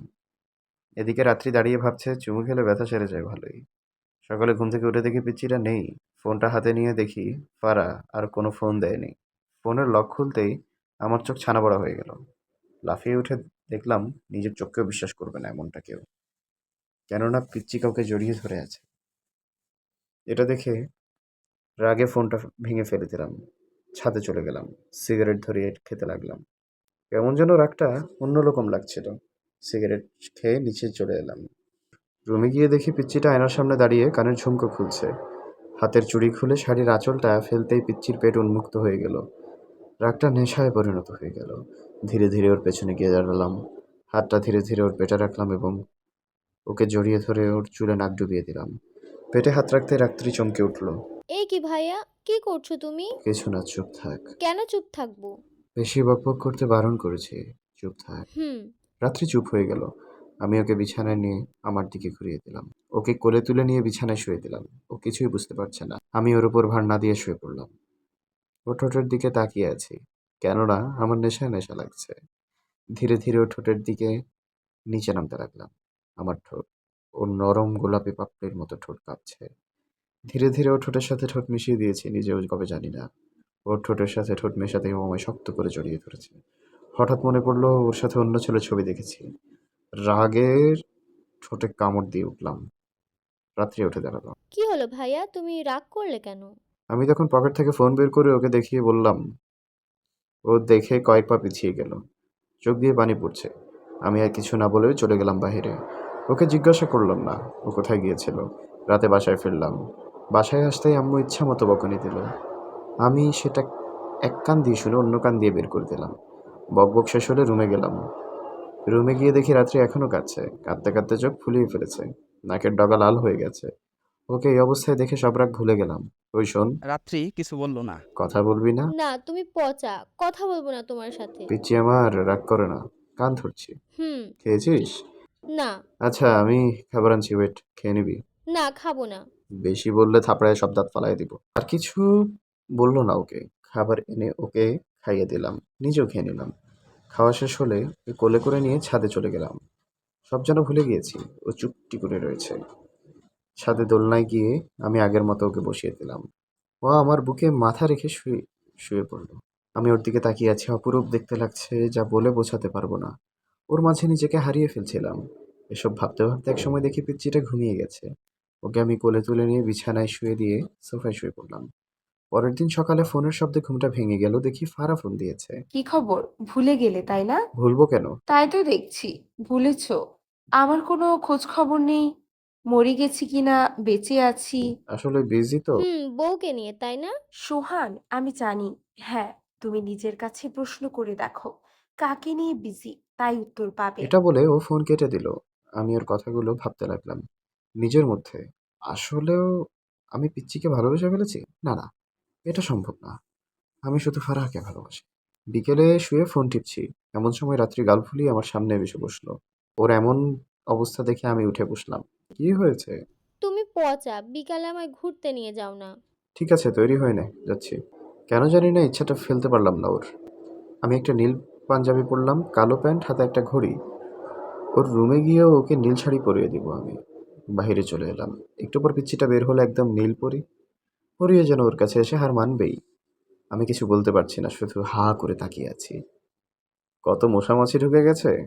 ও আমার হা হয়ে তাকিয়ে থাকা দেখে মুচকি মুচকি হাসি দিল। আমি পুরো শেষ। এরপর ওকে নিয়ে ঘুরতে গেলাম। নদীর ধারে হাঁটলাম কিছুক্ষণ। ও ফুচকা খেলো এক দোকান থেকে। ফুচকা খেয়ে এক জায়গায় বসলো। আমার ফোন এলে ফোনটা ধরে একটু দূরে গিয়ে পেছনে তাকিয়ে দেখি রাত্রি পড়ে আছে। আমি কাছে গিয়ে দেখি জ্ঞান নেই। অমনি ওকে হসপিটাল নিয়ে গেলাম। একটু পর ডক্টর বের হলো। ডক্টর বের হয়ে যা বলল তাতে আমার পুরো পৃথিবী থেকে হারিয়ে গেল। আমার সবকিছু, পুরো পৃথিবী আমার ওলটপালট হয়ে গেল। কেননা ডক্টর বলল রাত্রি নাকি প্রেগনেন্ট। আমি দাঁড়িয়ে থেকে থেকে বসে পড়লাম। বুঝতে পারছিলাম না কিভাবে কি হলো। ধীরে ধীরে রাত্রির কাছে গেলাম, বুঝতে পারছিলাম না কি করব। রাত্রি আমায় দেখে একটু হাসলো। আমি গিয়ে ওর সামনে দাঁড়ালাম। এসব কবে থেকে? কি ভাইয়া? এখন অবুঝ সাজার ভান করা হচ্ছে, তাই না? কিসের অবুঝ ভাইয়া? তুই প্রেগনেন্ট। কার পাপের ফল আমার ঘাড়ে চাপাতে চাস? প্রেগনেন্ট মানে কি ভাইয়া? এবার রাগ হলো। ঠাস করে ওর গালে চড় দিলাম। অনেক হয়েছে, আর না। আমি আর এক মুহূর্তও সেখানে দাঁড়ালাম না। চলে গেলাম বাসায়। রাত্রি এলো। আমি ফোনে ফারার সাথে কথা বলছি। রাত্রিকে দু চোখেও আমার সহ্য হচ্ছে না। রাত্রি এসে আমার পা জড়িয়ে ধরে কাঁদতে লাগলো। ভাইয়া আমি কি কোনো ভুল করেছি? প্লিজ বলো, ভুল হলে আমার মাফ করে দিবা প্লিজ। আমি কিছু না বলে ওকে সরিয়ে দিয়ে সোফায় এসে শুয়ে পড়লাম। রাত্রি ওখানে বসেই কাঁদতে লাগলো। আমি যে কখন ঘুমিয়ে পড়েছি আমার কোনো খেয়ালই নেই। সকালে উঠে ওয়াশরুম থেকে ফ্রেশ হয়ে এসে দেখি রাত্রি চা নিয়ে দাঁড়িয়ে। ওকে দেখতেও আমার ঘৃণা লাগছে। ওর হাতে চায়ের কাপের মধ্যে ডুবিয়ে দিল। ওর গালে কষে একটা থাপ্পড় মারলাম। ও দাঁড়িয়ে রইল কিন্তু কাঁদল না। তাকিয়ে দেখলাম অঝোর ধারায় চোখ দিয়ে জল পড়ছে। আমি সেখানে না থেকে নিচে গিয়ে তৈরি হয়ে কলেজে চলে গেলাম। কলেজে যেতে ফারা আমার কাছে এলো। কেমন আছো? ভালো না। কেন? আসো, আমি ভালো করে দিচ্ছি। এই কথা বলে ফারা আমায় জড়িয়ে ধরল। আমিও ফারাকে শক্ত করে জড়িয়ে ধরলাম। রাত্রির প্রতি রাগ দেখানোর জন্য ফারাকে এরকম জড়িয়ে ধরলাম। সারাদিন কলেজে কাটানোর পর বিকেলে বাসায় যাওয়ার জন্য কলেজ থেকে বের হলাম। হাঁটতে যাচ্ছি। খুব খারাপ লাগছে রাত্রির এসব কথা শুনে। এমন সময় সামনে দেখি কালকের ডক্টরটা আমার সামনে। আপনি মিস্টার সোহান না? হ্যাঁ, কেন? সরি, আপনাকে ভুল রিপোর্ট দেওয়ার জন্য। মানে? আপনার ওয়াইফ প্রেগনেন্ট না? সত্যি? হুম। এসব শুনে ভীষণ খুশি হলাম। নিজের কাছে খারাপ লাগলো, ওর প্রতি সকলে অন্যায় করেছি। তাই ভাবলাম মাফ চাইবো। কিন্তু একটা ফুলের দোকানে গেলাম। ওর জন্য কয়েকটা গোলাপ ফুল কিনে বাসায় ফিরলাম। বাসায় ফিরে রুমে ঢুকবো এমন সময় ভেতর থেকে শুনতে পাই রাত্রি কারোর সাথে রোমান্টিকভাবে কথা বলছে। রাগ চরম পর্যায়ে উঠে গেল। হাতের মুঠি শক্ত করে ফেললাম, গোলাপ দিয়ে পিষে গেল একদম। হাতে কাটা ফুটে রক্ত বের হচ্ছে। সেদিকে খেয়াল না করে আবার বাহিরে চলে এলাম। রাতে খুব ড্রিঙ্কস করলাম। কোনোদিন আমি ড্রিঙ্কস ছুঁইনি, আজ সেটা করে ফেললাম। বাসায় অনেক কষ্টে এলাম। আসতেই দেখি রাত্রে আয়নার সামনে দাঁড়িয়ে চুল আঁচড়াচ্ছে। পেট বের হয়ে আছে। নেশায় পড়ে গেলাম। নিজের জ্ঞানে তখন ছিলাম না। রাত্রিকে কোলে তুলে নিলাম। রাত্রি অবাক হঠাৎ আমার এমন ব্যবহারে। ওকে কোলে করে নিয়ে নিজের বিছানায় শুয়ে দিলাম। ও ভাবছে আমি সব মেনে নিয়েছি। আমি রাত্রির ওপর ভার না দিয়ে শুয়ে পড়লাম। ও ঠোঁটের দিকে আমার ঠোঁট নিয়ে যেতে লাগলাম। আমার নিঃশ্বাস ওর মুখের উপর পড়ছে। ওর নিঃশ্বাস আমার মুখের উপর পড়ছে এবং ঘন হচ্ছে। তাকিয়ে দেখলাম ওর ঠোঁট দুটো কাঁপছে।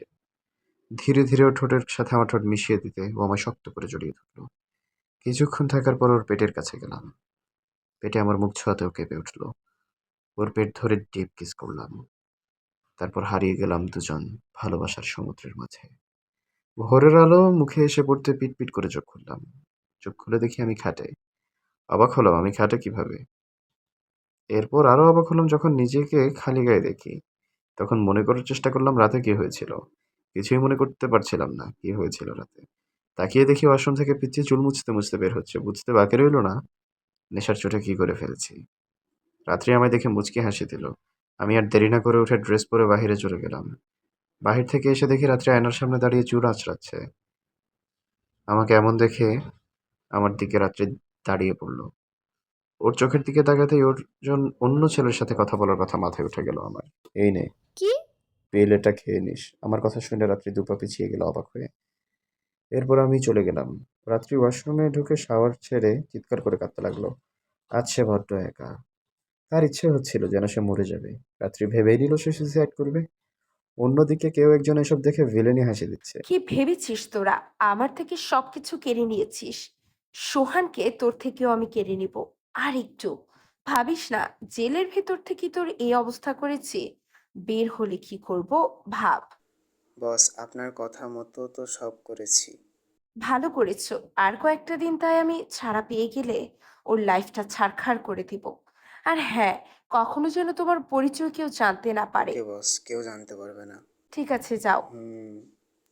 আমি আর বাসায় না গিয়ে সোজা কলেজে চলে গেলাম। কলেজে যেতেই দেখি ফারা বসে আছে। কি ব্যাপার, বসে আছো কেন?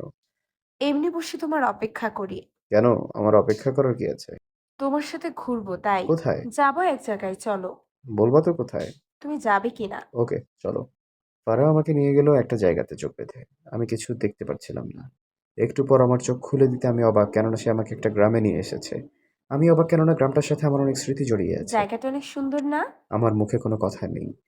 আমি চেয়েছিলাম এই জায়গায় যেন না আসি, কিন্তু আমাকে আবার এখানে নিয়ে আসা হয়। কি হলো, চুপ করে আছো কেন? এখান থেকে চলো প্লিজ। কেন, কি হয়েছে? দেখো না কত সুন্দর গ্রামটা। সবুজ গাছপালা, কত সুন্দর ফুল। তুমি না গেলে থাকো, আমি চলে গেলাম। আমি চলে যেতে লাগলাম, এমন সময় ফারাহ ডেকে বলল সেও চলে যাবে। তাকে নিয়ে চলে এলাম। আমি বাসায় চলে গেলাম। ভালো লাগছিল না। রাতে বসে আছি, এমন সময় রাত্রি এলো। ভাইয়া কিছু খেয়ে নাও। না তুই যা, আমার ভালো লাগছে না। ভাইয়া প্লিজ। তুই যাবি কি না? কথাটা ধমকের সুরে বললাম। রাত্রি চলে গেল কান্না করতে করতে। আমি ছাদে গিয়ে দাঁড়ালাম। অতীতের কথা মনে পড়ছে শুধু। আমি চাই কিন্তু ভুলতে পারছি না। সেদিনের মতো টেনশনেই কেটে গেল রাতটা। পরের দিন সকালে ঘুম থেকে উঠে ফ্রেশ হয়ে বসে আছি। রাত্রি খাবার নিয়ে আসলো। আমি উঠে চলে গেলাম। বাহিরে হাঁটছি। নিজেকে অসহায় মনে হচ্ছে যে পিচ্চিটাকে এত ভালোবাসতাম সে ঠকিয়েছে। আর যে অতীত ভুলতে চেয়েছিলাম সেই অতীত আজ আবার আমার সামনে এলো। হাঁটছি আনমনে, এমন সময় একটা মেয়ে আমাকে ডাক দিল। ভাইয়া শুনুন। হ্যাঁ বলো, কি বলবে? আমি রাত্রির বান্ধবী, প্লিজ কথা শুনুন। হ্যাঁ বলো। ভাইয়া, রাত্রি আপনাকে অনেক ভালোবাসে। আপনার থেকে একটু ভালোবাসা পেতে ও পিচ্চি হয়েও আরো পিচ্চি হয়ে থাকে। ও আপনাকে ছাড়া কাউকে ভালোবাসে না। ভাইয়া প্লিজ ওকে কষ্ট দিবেন না। এ কথা বলে মেয়েটা চলে গেল। কথাগুলো শুধু আমার মাথার ভেতর ঘুরছে। এবার বুঝতে পারলাম পিচ্চির প্রতি কতটা অন্যায় করেছি আমি। আমি আর এক মুহূর্তে দেরি না করে চকলেট আর গোলাপ ফুল নিয়ে বাসার দিকে রওনা দিলাম। অন্যদিকে রাত্রি বসে বসে কাঁদছে। সে সুহানের অবহেলা সইতে পারছে না। সুহানের তার প্রতি ব্যবহার সে মানতে পারছে না। এমন সময় দেখে সুহানের ফোন বাসায় ফেলে গেছে। সুহানের ফোন হঠাৎ বেজে উঠতে রাত্রি রিসিভ করে, সাথে সাথে কেটে যায়। আর ফোনে কিছু SMS চলে আসে। রাত্রি দেখতেই নিজের চোখকে বিশ্বাস করতে পারছে না। ফারহা সুহানকে জড়িয়ে ধরে আছে। রাত্রির সহ্য হয় না, তাই রাত্রি ডিসাইড করে নেয় আজকে সে সুহানের পথ থেকে সরে যাবে। তাই সে সুইসাইড করার কথা চিন্তা করে। রাত্রি টেবিলে বসে সুইসাইড নোট লিখতে থাকে। চোখ দিয়ে অজর ধারায় জল পড়ছে। প্লিজ ভাইয়া, জানি না কি বলবে, তবুও তোমার কাছ থেকে মাপ চেয়ে নিচ্ছি। তুমি হয়তো ভাবো আমি অনেক ছোট, কিন্তু তা নয়, আমি সব বুঝি। জানো, তোমায় ছোটবেলা থেকে অনেক ভালোবাসতাম, তাই তোমার কাছে পিচ্ছি সেজে থাকতাম। আমি সব বুঝেও তোমার কাছে না বোঝার ভান করে থাকতাম। তোমার অন্য কারোর সাথে দেখলে আমি সহ্য করতে পারি না। যখনই ফারা আপুর সাথে তোমার ঘনিষ্ঠভাবে দেখতাম, খুব রাগ হতো। তবুও নিজেকে সামলিয়ে আমি আড়াল হয়ে অনেক কান্না করতাম। তোমার বোঝাতে আমি একটা ভাইয়ার সাথে কথা বলতাম। আমি ভেবেছিলাম এতে তুমি বুঝবে। বেশি বললে মাফ করে দিও, আমায় একটু মনে রেখো প্লিজ। আমি চাই না তোমায় কষ্ট দিতে, কিন্তু তোমার পথের কাঁটা হয়ে বেঁচে থাকতেও চাই না। ভালো থাকো, সুস্থ থাকো, আর নিজের খেয়াল রাখো। আল্লাহ হাফেজ। এটা রেখে রাত্রি বেলকনিতে গিয়ে কিছুক্ষণ আকাশের দিকে তাকিয়ে কান্না করলো তার বাবা মায়ের জন্য। তারপর রুমে এসে ওয়াশরুমে ঢুকে দরজা বন্ধ করে দিল। হাতে একটা ব্লেড নিয়ে কিছুক্ষণ ভেবে হাতে জোরে টান দিয়ে দেয়, সাথে সাথে রক্ত বের হতে থাকে। একসময় রাত্রি পরে থাকে রাত্রির নিথর দেহটা। এদিকে এসে আমি খুঁজতে লাগলাম পিচ্চিটাকে, কেননা আমি ওর প্রতি অন্যায় করে ফেলেছি। নিজের কাছে অনুতপ্ত হচ্ছি। জানি না ও কি করবে। মুখে একরাশ হাসি নিয়ে আর এক ভালোবাসা নিয়ে। আম্মু, রাত্রি কোথায়? দেখ, হয়তো রুমে আছে। ঠিক আছে। রাত্রির সাথে দেখা করার জন্য আমার আর তর সইছে না। একটুও দেরি করলাম না, সোজা দৌড়ে নিজের রুমে চলে গেলাম, কিন্তু হতাশ, রুমে পেলাম না। ভাবলাম হয়তো ব্যালকনিতে আছে।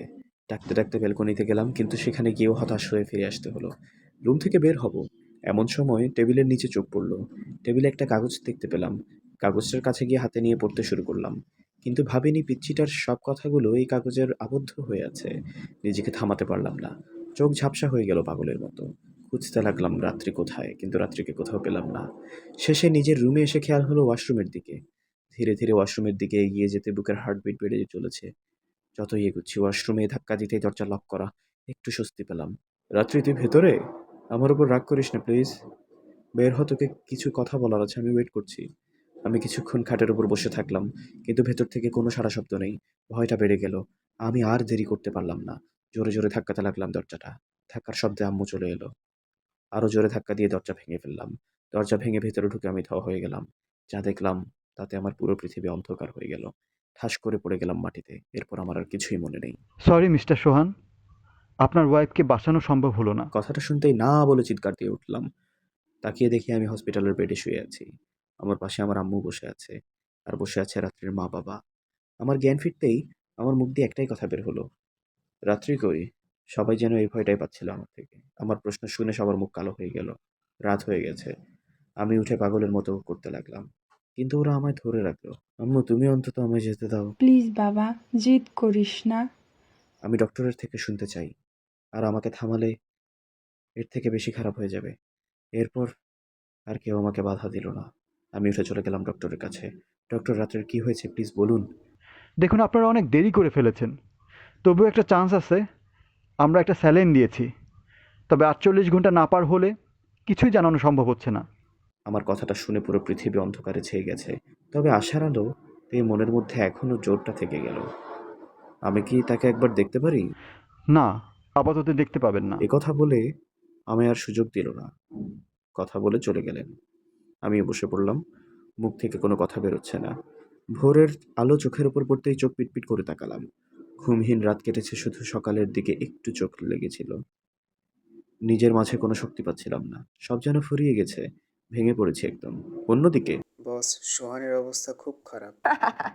এইটাই তো চেয়েছিলাম, আরো খারাপ হবে ধীরে ধীরে। কিন্তু বস, ওর বউ তো মরে যাবে তাহলে। খবরদার না, যেভাবে পারো ওর বউকে বাঁচাতেই হবে, কারণ ওর দুর্বল পয়েন্ট পেয়ে গিয়েছি আমি।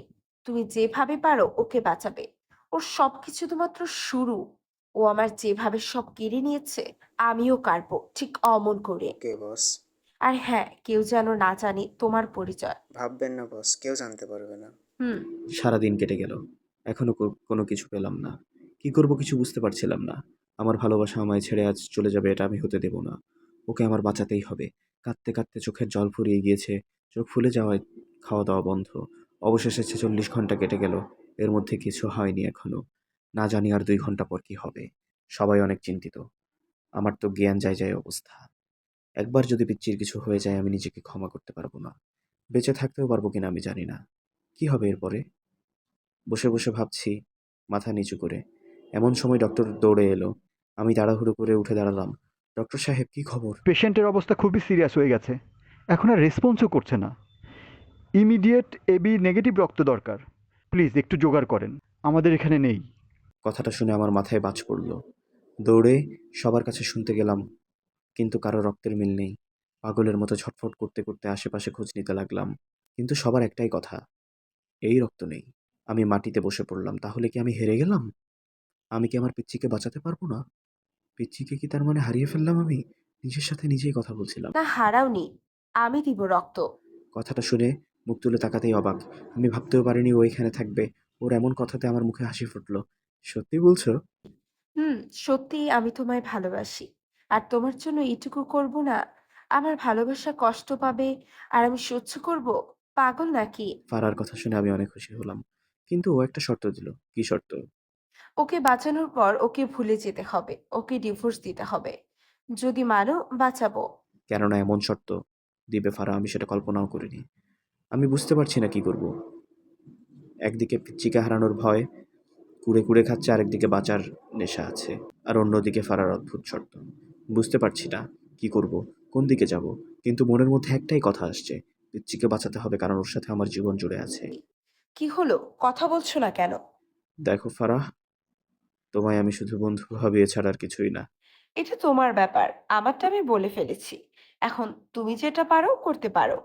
ওকে, আমি ওর থেকে চাই না রক্ত। আমি সব জায়গায় খুঁজবো। সব জায়গায় খোঁজা শুরু করে দিলাম, কোথাও পাচ্ছি না। অন্যদিকে বস, আপনার কথা মতো সব জায়গা থেকে রক্ত সরিয়ে নিয়েছি। ভালোই করেছিস। কিন্তু বস, একটা মেয়ে রক্ত দিতে গেছে। মেয়েটার উপর নজর রাখিস আর হ্যাঁ, দেখিস কখন কি করে। ওকে বস। এদিকে আমি সব জায়গায় খুঁজেও রক্ত পেলাম না। সবাই শুধু বলছে একটু আগে বিক্রি হয়ে গিয়েছে রক্ত। মাটিতে বসে পড়লাম। তাহলে কি আমি হেরে গেলাম? না, আমি হারতে পারি না। আমি হেরে গেলে আমার পিচ্চিকে কে বাঁচাবে? আমি এসব ভাবছি আর রাস্তা দিয়ে হাঁটছি। সময় এগোচ্ছে তার গতিতে। শেষমেশ হেরে যেতে হলো। ফারার কাছে তার শর্ত মেনে নিয়ে হলেও পিচ্চিকে আমার বাঁচাতেই হবে।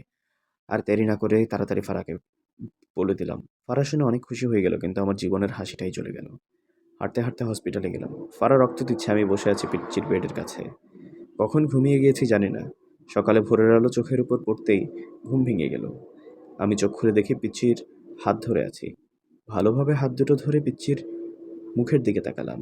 রাত্রির মুখটা খুব মায়ায় ভরা ছিল তখন। ঘুমিয়ে আছে, মুখে মাস্ক লাগানো। চোখের সামনে ভাসতে লাগলো কয়েকদিন আগের ঘটনা, যখন সে আমার সাথে দুষ্টুমি করায় ব্যস্ত ছিল। আর সে শুয়ে আছে আজ এই বিছানায়। কান্না পাচ্ছে ওর এই অবস্থা দেখে।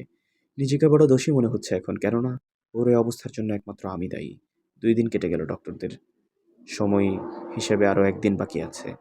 সন্ধ্যায় বসে আছি সবার সাথে। আমার আর তর সইছে না। আর 1 দিন কিভাবে পার হবে? ওদিকের কি অবস্থা? বস, ভালোই। তোমায় কেউ চিনতে পারেনি তো? না বস, কেউ চিনেনি, আপনি ভাববেন না। আচ্ছা, গেমটা একটু মজাদার করা যাক। কিভাবে বস? ডক্টর কি বলেছে? কাল জ্ঞান ফিরবে। ঠিক আছে, পরে বুঝবি কিভাবে মজাদার করব। এখন না। এদিকে আমি কোনো রকমে রাতটা পার করলাম। সকাল হয়ে গেছে, ঘুমহীন রাত কেটে গিয়েছে। পিচ্চির হাত ধরে এখনো বসে আছি। হঠাৎ দেখতে পেলাম পিচ্চিটা চোখ খুলেছে। আমার হার্টবিট বেড়ে চলেছে। সবাইকে ডাক দিয়ে আমি বাহিরে চলে গেলাম। সবাই কথা বলে বের হয়ে আমাকে ডাকতে লাগলো। আমি ধীরে ধীরে ভেতরে গেলাম। আমার পা কাঁপছে, যেতে পারছি না। চুপচাপ পিচ্চির পাশে বসলাম দুজনে। আমি আর চুপচাপ না থেকে বলে উঠলাম, আমায় মাফ কর প্লিজ। আমি তোকে হারাতে চাই না। রাত্রি চুপ রইল। প্লিজ চুপ থাকিস না তুই। যদি চুপ থাকিস তাহলে আমি নিজেই নিজেকে শেষ করে দেব। এই কথা বলতেই রাত্রি কান্না করে উঠে আমায় জড়িয়ে ধরল। আমিও নিজেকে আটকাতে পারলাম না। ওকে জড়িয়ে ধরে আছি। দুজনেই কাঁদছি। কিন্তু মনে হচ্ছে এটা দুঃখের কান্না নয়। আমি রাত্রিকে ছাড়িয়ে নিয়ে ওর কপালে আলতো করে ভালোবাসার পরশ এঁকে দিলাম।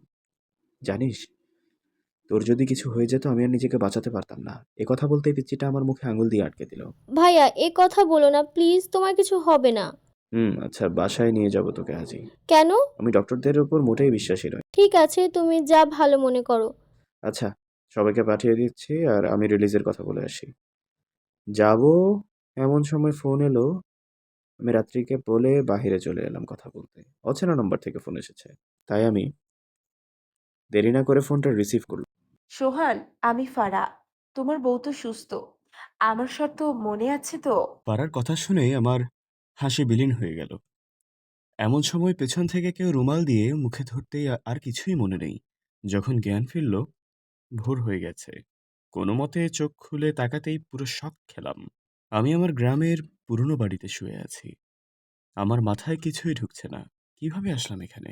ড্রেসও চেঞ্জড, কিন্তু কে আনলো আমায়? আমি বাড়ি থেকে বের হয়ে দেখি সেই একই গ্রাম, একই বাড়ি। তাহলে কি অতীত আমার পিছু ছাড়বে না? হে আল্লাহ! কি অপরাধ বলো আমার? আমার কাছে আমার অতীতটা কি চায়? কেন আমার পেছনে পড়ে আছে? আমি আর এক মুহূর্তও সেখানে না থেকে সোজা বাসায় চলে আসলাম। বাসায় যেতে দেখি পিচ্চিটা বসে আছে, আমার জন্য যেন অপেক্ষা করছিল। কই ছিলে ভাইয়া তুমি? কোথাও না, একটু কাজে গিয়েছিলাম। আচ্ছা ঠিক আছে, ফ্রেশ হয়ে নাও, খাবে চলো। আচ্ছা, তুই খেয়েছিস? না, কেন? তোমাকে ছাড়া আমি খাই বলো? একটা ট্রেনে চড় দেব। কেন? তুই না অসুস্থ? খাস নাই? তাহলে এখন যা খেয়ে নে। তুমি চলো, নইলে খাবো না। আচ্ছা, চল যাচ্ছি। হুম। পিচ্চিটা চলে গেল। আমি ফ্রেশ হয়ে নিচে যেতেই আম্মুর ঝাড়ি শুরু হয়ে গেল। কই ছিলি? কোথাও না, একটু কাজে ছিলাম। কি কাজ? আম্মু প্লিজ। আচ্ছা ঠিক আছে। আর হ্যাঁ, সারাদিন রাত্রির সাথে থাকবি। ওর কি প্রয়োজন হয় কি না হয় সব আমায় বলবি। আমি যেন না শুনি ওর কোনো কষ্ট হয়েছে। ঠিক আছে, যা বলবা তাই। আম্মুর কথা মতো সবকিছু শুনলাম। বিকেলে বসে মোবাইল ঘাঁটছি, এমন সময় পিচ্চিটা বায়না ধরলো ঘুরতে যাবে। আমি আম্মুর কথা ভেবে সাথে নিজের কথা ভেবে ঘুরতে নিয়ে গেলাম। ঘুরতে নিয়ে গিয়েও আরেক যন্ত্রণা। যন্ত্রণা শেষ নেই, আবারও বায়না ধরেছে সে কাশফুলের বাগানে যাবে নদীর ধারে। আমিও নিয়ে গেলাম। জায়গাটা অনেক সুন্দর। পিচ্চিটা কাশফুল দিয়ে খেলছে। অনেক ভালো লাগছে দেখতে। আমি মুখে হাত দিয়ে দেখছি ব্যাপারটা। এমন সময় পিচ্চিটা আমায় মেরে দৌড় দিল। আমি তার পিছু পিছু দৌড়াতে গিয়ে হঠাৎ স্লিপ খেয়ে দুজন ঘাসের উপরে পড়ে গেলাম। বিশেষ করে আমি তার উপরে পড়ে গেলাম। পড়ে যাওয়াতে আমার ঠোঁট পিচ্চির ঠোঁটের সাথে লেগে যায়। রাত্রে একটু চোখ বড় বড় করে তাকায়। আমি আবার ওর চোখের দিকে তাকিয়ে আছি, কোথায় যেন হারিয়ে গিয়েছি, নিজেই বুঝতে পারলাম না। রাত্রির ডাকে হুঁশ ফিরল। ইস, কখন থেকে ডাকছি যে আমি শেষ হয়ে গেলাম, কোনো খবরই নেই ওনার। উফ, কি ভারী। ওই আমি ভারী না। সেটা ভালোই বুঝতে পারলাম। চল বাড়ি চল। পিচ্চিকে নিয়ে বাসায় চলে এলাম। 2 দিন পর এখন মোটামুটি সুস্থ রাত্রি। এই 2 দিনে অনেক কেয়ার করেছি, যার কারণে সে অনেকটা সুস্থ হয়ে গেছে। শুয়ে আছে, রান্নাঘর থেকে ডাক এলো। বাসায় কেউ নেই। জন্য কি লাগবে রান্নাঘরে গেলাম। কিন্তু রান্নাঘরে গিয়ে এমন কিছু ঘটবে মোটেই চিন্তা করিনি, কেননা রান্নাঘরে ঢুকতেই চোখ গেল পিচ্চিটা শাড়ি পরে আছে আর তার পেট দেখা যাচ্ছে। আমি নেশায় পড়ে গেলাম। ধীরে ধীরে এগোতে লাগলাম, হাত বাড়িয়ে দিয়েছি। হাত কাঁপছে। আর দেরি না করে হাতটা রাত্রির পেটের উপর ধরে জড়িয়ে ধরলাম। আমার হঠাৎ ছোঁয়া পেয়ে রাত্রি কেঁপে ওঠে। রাত্রির চুলের মাঝে নাক ডুবিয়ে দেই। মাতাল করা ঘ্রাণ বেরোচ্ছে। ভাইয়া ছাড়ো, কি করছো? আমি কোনো কথা বলছি না। আরো শক্ত করে জড়িয়ে ধরেছি পিচ্চিটাকে। একসময় ছেড়ে টান দিয়ে সামনের দিকে টেনে ধরলাম। নেশায় পড়ে গিয়েছি। চোখ পড়ল রাত্রির ঠোঁটের দিকে। ভাইয়া যাও তো, রান্না করতে দাও। এবারও কিছু না বলে ওর দিকে এগোতে লাগলাম। রাত্রি ধীরে ধীরে পেছোতে লাগলো আর আমাকে বাধা দেওয়ার চেষ্টা করলো। আমি ওর বারণ না শুনে আরো এগোতে লাগলাম। একসময় রাত্রি দেওয়ালের সাথে ঠেকে গেল আর আমাকে বাধা দিতে চেষ্টা করলো। আমি ওর দুপাশে ওর দুহাত চেপে ধরলাম যাতে পালাতে না পারে। রাত্রির ঠোঁটগুলো কাঁপছে আর আমি ধীরে ধীরে ওর মুখের দিকে আমার মুখে এগিয়ে নিতে লাগলাম। ওর নিঃশ্বাস ঘন হয়ে এলো। আমার নিঃশ্বাস অনুভব করতে পারছি। একসময় ও চোখ বুজে ফেললো। আমি মুচকি একটা হাসি দিয়ে ওর কপালে একটা ভালোবাসার পরশ এঁকে দিই। ওর ঘাড়ে হাত দিয়েছিলাম। পিচ্চিটা চোখ খুলে আমায় জড়িয়ে ধরলো। আমি ওকে শক্ত করে জড়িয়ে বুকের দিকে টেনে নিলাম। প্রিয় মানুষকে একটু ভালোবাসা দিলেই তারা অনেক খুশি হয়ে যায়। প্রয়োজন পড়ে না ঠোঁটে কিস করার। কারণ কিছু কিছু ভালোবাসা আছে যেটা একজন চাইলে তার প্রিয় মানুষ সেটা বোঝে না। আসলে মেয়েরা একটু ভালোবাসাতেই অনেক খুশি। যদিও আমি জানি না, কিন্তু নিজের জ্ঞান থেকেই বললাম। কেননা তারা চায় তাদের ছোট ছোট ইচ্ছা স্বপ্ন এগুলো ভালোবাসার মানুষের সাথে পূরণ করা হোক এবং তাদের রাগ অভিমান ভাঙাক। কেননা সব মেয়ের আছে কিনা জানি না, তবে মেয়েদের রাগ অভিমানেও তাদের ভালোবাসা লুকিয়ে থাকে। সেটা বুঝে নিতে হয়, কিন্তু বোঝে না কেউ। খুব কম মানুষ বোঝে। বিকালে ঘুম থেকে উঠলাম। উঠে ফ্রেশ হয়ে রুম থেকে বের হয়ে অবাক, কেননা ফারা আমার রুমে। তাও আবার তার জামা কাপড় ঠিক করতে করতে দরজা খুললো। দরজা খুলতেই দেখি রাত্রি। এমন সময় রাত্রির দিকে চোখ পড়তে রাত্রি অনেক অবাক। রাত্রি থেকে বুঝতে বাকি রইল না কি হয়েছে রুমে। রাত্রি কাঁদতে কাঁদতে চলে গেল, এক মুহূর্তের জন্য সেখানে দাঁড়ায়নি। আমি রাত্রিবেলা ডাক দিলাম কিন্তু সে শোনেনি। আমার রাগ বেড়ে গেল অনেক। রুমের মধ্যে এসে দেখি ফারা হাসছে। অমনি কষে ওর ২ গালে থাপ্পড় দিয়ে দিলাম। থাপ্পড় খেয়ে ফারা আমার দিকে রাগি চোখে তাকালো। আমি ওর রাগের কোনো তোয়াক্কা করলাম না। আমায় মারলি কেন? একটা মেয়ে আরেকটা মেয়ের ক্ষতি করার জন্য, আরেকটা সংসার ভাঙার জন্য। আমার শর্ত মনে আছে? মানি না তোর শর্ত। তুই এক্ষুনি বেরিয়ে যা আমার বাসা থেকে। না হলে দারোয়ান ডেকে তোর ঘাড় ধাক্কা দিয়ে তোকে বের করে দেব। আমায় অপমান করার শাস্তি পাবে তুমি। অপেক্ষা করো। ৬৪৯, যা করার করিস তুই। ফারা বের হয়ে গেল। আমি খাটের উপর বসে পড়লাম। আমার সাথে কেন এমন হচ্ছে? আমি কি একদিনের জন্য সুখী হতে পারবো না? না সোহান, তুই একদিনের জন্যেও সুখী হতে পারবি না। অন্তত আমি বেঁচে থাকতে তো নয়ই। তোর জীবন আমি ধ্বংস করে তারপর আমি চুপ করব, তার আগে না। কেবল তো শুরু। যাক, তোর ফাড়া আমাদের কাজটা ইজি করে দিয়েছে। বস, এরপর কি করবেন? পরে আরো বড় ধামাকা দেখি সোহান কি করে। কিন্তু সেটা কি বস? চুপচাপ শুধু দেখতে থাক। ওকে বস। হুম। পরের দিন সকালে এখন পর্যন্ত পিচ্চি আমার কাছে আসেনি। দেখি আমাকে এড়িয়ে চলছে। ডাকলাম তবে আসলো না। খুব রাগ হলো। রাগ করে বাহিরে চলে এলাম না খেয়ে। দুপুরে বাসায় ফিরলাম। বাসায় ফিরতেই শুনি রাত্রি বাসায় নেই। ওর বাসায় গিয়েছে। আচ্ছা, আমিও দেখবো কত রাগ করতে পারিস তুই। আমিও দেখতে চাই আমায় ছাড়া কতটা সুখে থাকতে পারিস তুই। এ কথা বলে চুপচাপ বসে পড়লাম। খুব মিস করছি পিচ্চিটাকে। যদিও রাগ করেছি কিন্তু ভীষণ ভালোবাসি। তবে রাগটাই ভীষণ লাগছে এখন। তাই আর না ভেবে ফোন টিপতে লাগলাম। একটু পরে একটা অচেনা নাম্বার থেকে ফোন আসলো। হ্যালো বলতেই ফোনটা কেটে গেল। আমি ফোন রেখে শুয়ে পড়লাম। ২ দিন পর বিকেলে বসে আছি। আর এমন সময় ভালো লাগছে না। খুব কষ্ট হচ্ছে পিচ্চিটাকে ছাড়া থাকতে। এই ২ দিন কিভাবে পার করেছি নিজেও জানি না। ঘুম হয়নি। ওর কথা ভাবতেই ঘুমটা কেটে গিয়েছে। খাওয়া-দাওয়ার ঠিক নেই, বুদ্ধি বের করলাম। যেভাবেই হোক ওখানে যেতে হবে এবং পিচ্চিটার রাগ ভাঙাতে হবে। বুদ্ধি অনুযায়ী একটা ব্যান্ডেজ বাঁধালাম কপালে আর হাতে। এমনভাবে বেঁধেছি যেন অ্যাক্সিডেন্ট করেছি। আয়নার সামনে গিয়ে নিজেকে একবার দেখে নিলাম সবকিছু ঠিক আছে কিনা। সবকিছু ঠিকঠাক করে বের হয়েছি। এমন সময় আম্মু জিজ্ঞেস করলো, কোথায় যাই? জবাবে একটা উত্তর দিলাম তার বৌমাকে আনতে যাচ্ছি। কথাটা শুনে খুব খুশি হলো। শ্বশুরবাড়িতে গিয়ে কলিং বেল দিতেই শাশুড়ি আম্মা দরজাটা খুলে দিলেন। কি ব্যাপার বাবা? এ কি তোমার মাথায় ব্যান্ডেজ কেন? পরে বলবো। আগে বলেন আপনার মেয়ে কোথায়? সে তো তার রুমে, কিছু খায় না আজ ২-৩ দিন। এত বলি। সব খাবে। আমি আগে যাই, এই নিন মিষ্টি। মিষ্টি দিয়ে একদৌড়ে পিচ্চির রুমে। ভেতরে যাবার আগে বাংলা সিনেমার কয়েকটা ডায়লগ মুখস্থ করে নিলাম। আর একদম কান্নার স্টাইলে চলে গেলাম ভেতরে। রুমে গিয়ে দেখি ভেজা চুল, আয়নার সামনে দাঁড়িয়ে চোখে কাজল পড়ছে। আমি পুরো দমে আবারও প্রেমে পড়ে গেলাম। হা হয়ে দাঁড়িয়ে আছি। আমাকে দেখে অবাক হয়ে আমার দিকে তাকিয়ে মুখ ফিরিয়ে নিল। কিন্তু আমার হাত দেখে আমার দিকে পাগলের মতো তাকিয়ে আছে। এবার সে পাগল হয়ে আমার কাছে ছুটে আসলো। তার চোখ দুটো ছলছল করছে। কি হয়েছে ভাইয়া তোমার? আমি সুযোগ বুঝে সিনেমার ডায়লগ দিতে লাগলাম। না, তুই আমাকে ছুবি না। তুই দূরে যা। তুই আমায় ভালোবাসিস না। এই কথা শুনে কেঁদেই ফেলল। এই রে, মনে হয় বেশি হয়ে গেছে বোঝটা। কাছে গিয়ে কান্না থামালাম। তারপর হাতের ব্যান্ডেজ খুলে তাকে দেখালাম কিছুই হয়নি। পিচ্চিটা রাগ করে গাল ফুলিয়ে মুখ ঘুরিয়ে নিল। আমি তার সামনে গিয়ে তার গাল দুটো ধরে কপালে চুমু দিতেই ওর চেহারা থেকে রাগ উধাও হয়ে গেল। আমি আগে থেকেই জানি ওর রাগের ঔষধ। ও আমায় জড়িয়ে ধরলো, তারপর দুজনে কিছু খেয়ে নিলাম। পিচ্চিটা বায়না ধরলো ওকে কোথাও ঘুরতে নিয়ে যেতে হবে। আমি রাজি হয়ে গেলাম। নীল পাঞ্জাবি পরলাম, কালো প্যান্ট। চুলে হালকা স্টাইল করে বেরিয়ে পড়লাম। তাকে প্রতিবারের মতো এবারও শাড়ি দিয়ে বসে আছি। আমি একটু হেসে গিয়ে শাড়ি পরিয়ে চলে এলাম। একটু পর বের হলো পিচ্চিটা। হা হয়ে তাকিয়ে আছে। অপরূপা পরীর মতো লাগছে তাকে, যা বলে বোঝাতে পারবো না। গাড়িতে রওনা দিলাম। পিচ্চিটা অনেক খুশি, জানালা দিয়ে বাহিরে তাকিয়ে আছে আর হাসছে। জানি না কোথায় নিয়ে যাচ্ছে আমায়। তবে আমি চাই পিচ্চির মুখ সবসময় হাসিতেই থাকুক। কিছু দূর যেতে জায়গাটা চেনা চেনা মনে হলো। মনে হলো আগেও এখানে এসেছি। এমন সময় রাত্রি গাড়ি থামাতে বললে আমি থামালাম। কি হয়েছে? আমার জন্য চকলেট নিয়ে আসুন। ওকে। গাড়ি থেকে নেমেই পাশে দোকানে দেখতে পেলাম। দোকানে গিয়ে চকলেট কিনতে গেলে একটা মেসেজ আসলো। হাই মিস্টার সোহান, আশা করি আপনার যাত্রা শুভ হবে। আপনার শুভাকাঙ্ক্ষী। মেসেজটা দেখে বুঝতে পারলাম না। সামনে এগোতে হঠাৎ একটা ট্রাক স্পিডে এসে গাড়িতে আঘাত করলো। এটা দেখে আমার মাথায় যেন আকাশ ভেঙে পড়ল। রাত্রি বলে চিৎকার দিয়ে সেখানে পাগলের মতো খুঁজতে লাগলাম, কিন্তু গাড়ি অলরেডি পুড়ে গিয়েছে। হতাশা আমায় কুড়ে খাচ্ছে। মাটিতে বসে পড়ে চিৎকার করে কাঁদতে লাগলাম মাথা নিচু করে। জীবনটা অন্ধকার লাগছে। জীবন থেকে যেন আলোটা আজ নিভে যেতে লাগলো। কখনো ভাবিনি এভাবে হারিয়ে যাবে পিচ্চিটা আমার কাছ থেকে। বুকের বাম পাশটায় চিনচিন ব্যথা অনুভব করছিলাম। হঠাৎ সামনে একটা মেয়ে এসে দাঁড়ালো, কিন্তু আমি দেখাচ্ছিলাম না, সেই শক্তিটাও যেন নেই।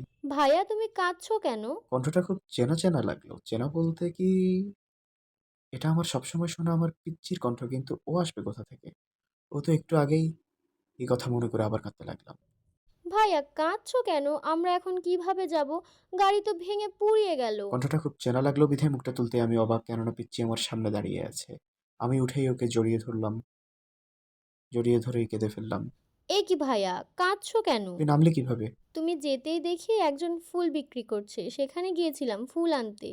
তোমার জন্য এনেছি, এই নাও। আমি হাসি মুখে ফুলগুলো নিলাম, কিন্তু অবাক হলাম। ফুলগুলোর ভেতরে একটা কাগজ। কি মিস্টার সোহান, না মরেই এত কষ্ট? যদি মরতো তাহলে ভাবুন কি হতো। আমি তাড়াতাড়ি করে দৌড়ে ফুলওয়ালার কাছে যেতে দেখি ফুলওয়ালা নেই। আবার ফিরে আসলাম। কি হয়েছে ভাইয়া, কি খুঁজছো? কিছু না, চল। যাব কিভাবে? গাড়ি আনতে বলতেছি, অপেক্ষা কর। কংগ্রাচুলেশন বস, আর মাত্র একদিন, তারপর আপনি বেরোচ্ছেন। হুম, তারপর দেখবে আমি কি করতে পারি। আর সোহান, তুই ভাবিস না তোর বউকে এত তাড়াতাড়ি মারবো না। সন্ধ্যা লেগে গিয়েছে প্রায়, ইতিমধ্যে গ্রামে চলে এসেছি। গ্রামে আসতেই বুকের হার্টবিটটা বেড়ে গেল, কেননা আমরা আর কোথাও না, আমার গ্রামে চলে এসেছি। আমি আর না দাঁড়িয়ে চলে যেতে লাগলাম। পিচ্চিটা থামিয়ে রিকোয়েস্ট করতে থাকলো, ওর কথা ফেলতে পারলাম না। কষ্ট হলেও থেকে গেলাম। আমাদের বাড়িতে নিয়ে গেলাম। সেখানে আজ অনেক বছর আসা হয়নি। যদিও আব্বু আম্মুর মাঝে মাঝে মধ্যে আসা হয়, কিন্তু অতীতের কিছু কারণে আমি আসি না। সবাই অনেক খুশি, আর আমার পিচ্চিটাকে পেয়ে বিশেষ করে অনেক বেশি খুশি। সেদিন কেটে গেল। পরের দিন রাতে বসে গ্রামের পুরনো বন্ধুদের সাথে আড্ডা দিয়ে বাড়ি ফিরে যেতে যেতে বৃষ্টি পড়তে শুরু করলো। হালকা ভিজে, তবুও রুমে এলাম। রুমে যেতে দেখি পিচ্চিটা বসে আছে। আমাকে দেখে খুব খুশিতে আমার কাছে আসলো। কি হয়েছে? ভাইয়া বৃষ্টিতে ভিজবো। না, অসুখ করবে। ভাইয়া প্লিজ প্লিজ প্লিজ, হাত জোর করছি। ইমোশনাল ব্ল্যাকমেইল করে তাকে নিয়ে গেলাম ছাদে। ছাদের কোনায় দাঁড়িয়ে আছে পিচ্চিটা। ভিজছে, একদম বাচ্চা বাচ্চা লাগছে। আমি শুধু তাকিয়ে অবাক হচ্ছি, কেননা অপরূপা লাগছে দৃশ্যটা। কিন্তু আমার খুব হিংসে হচ্ছে, বৃষ্টির ফোঁটা শুধু পিচ্চিকেই ছুঁয়ে যাচ্ছে। হঠাৎ রাত্রি আমার হাত ধরে আমাকে ভিজিয়ে দিল। দুজন ভিজতে লাগলাম, ওকে কোলে তুলে নিয়ে। একসময় নামিয়ে দিলাম। কেমন যেন ঘোরের মধ্যে চলে গিয়েছে। ওর সামনে দাঁড়িয়ে আছি, ওর দিকে তাকিয়ে। ও আমার দিকে তাকিয়ে আছে, ঠোঁটটা কাঁপছে। তাই দেখে আরো লোভ লেগে গেল। আর দেরি না করে ওর ঠোঁটের সাথে ঠোঁট মিশিয়ে কতক্ষণ ছিলাম আমি নিজেও জানি না। একটু পর ছেড়ে দিলাম, হাঁপাতে লাগলাম আমি। আর একটু ভিজে গিয়ে হঠাৎ দেখি রাত্রে পড়ে যেতে লাগলো।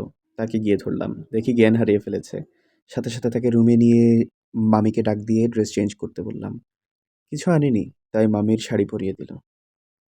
আর এদিকে আমার জামা কাপড়ের কোনো ব্যবস্থা নেই, কেননা মামার জামা আমার লাগবে না, তাই কোনো রকমের টাওয়েল পেঁচিয়ে শুয়ে পড়লাম।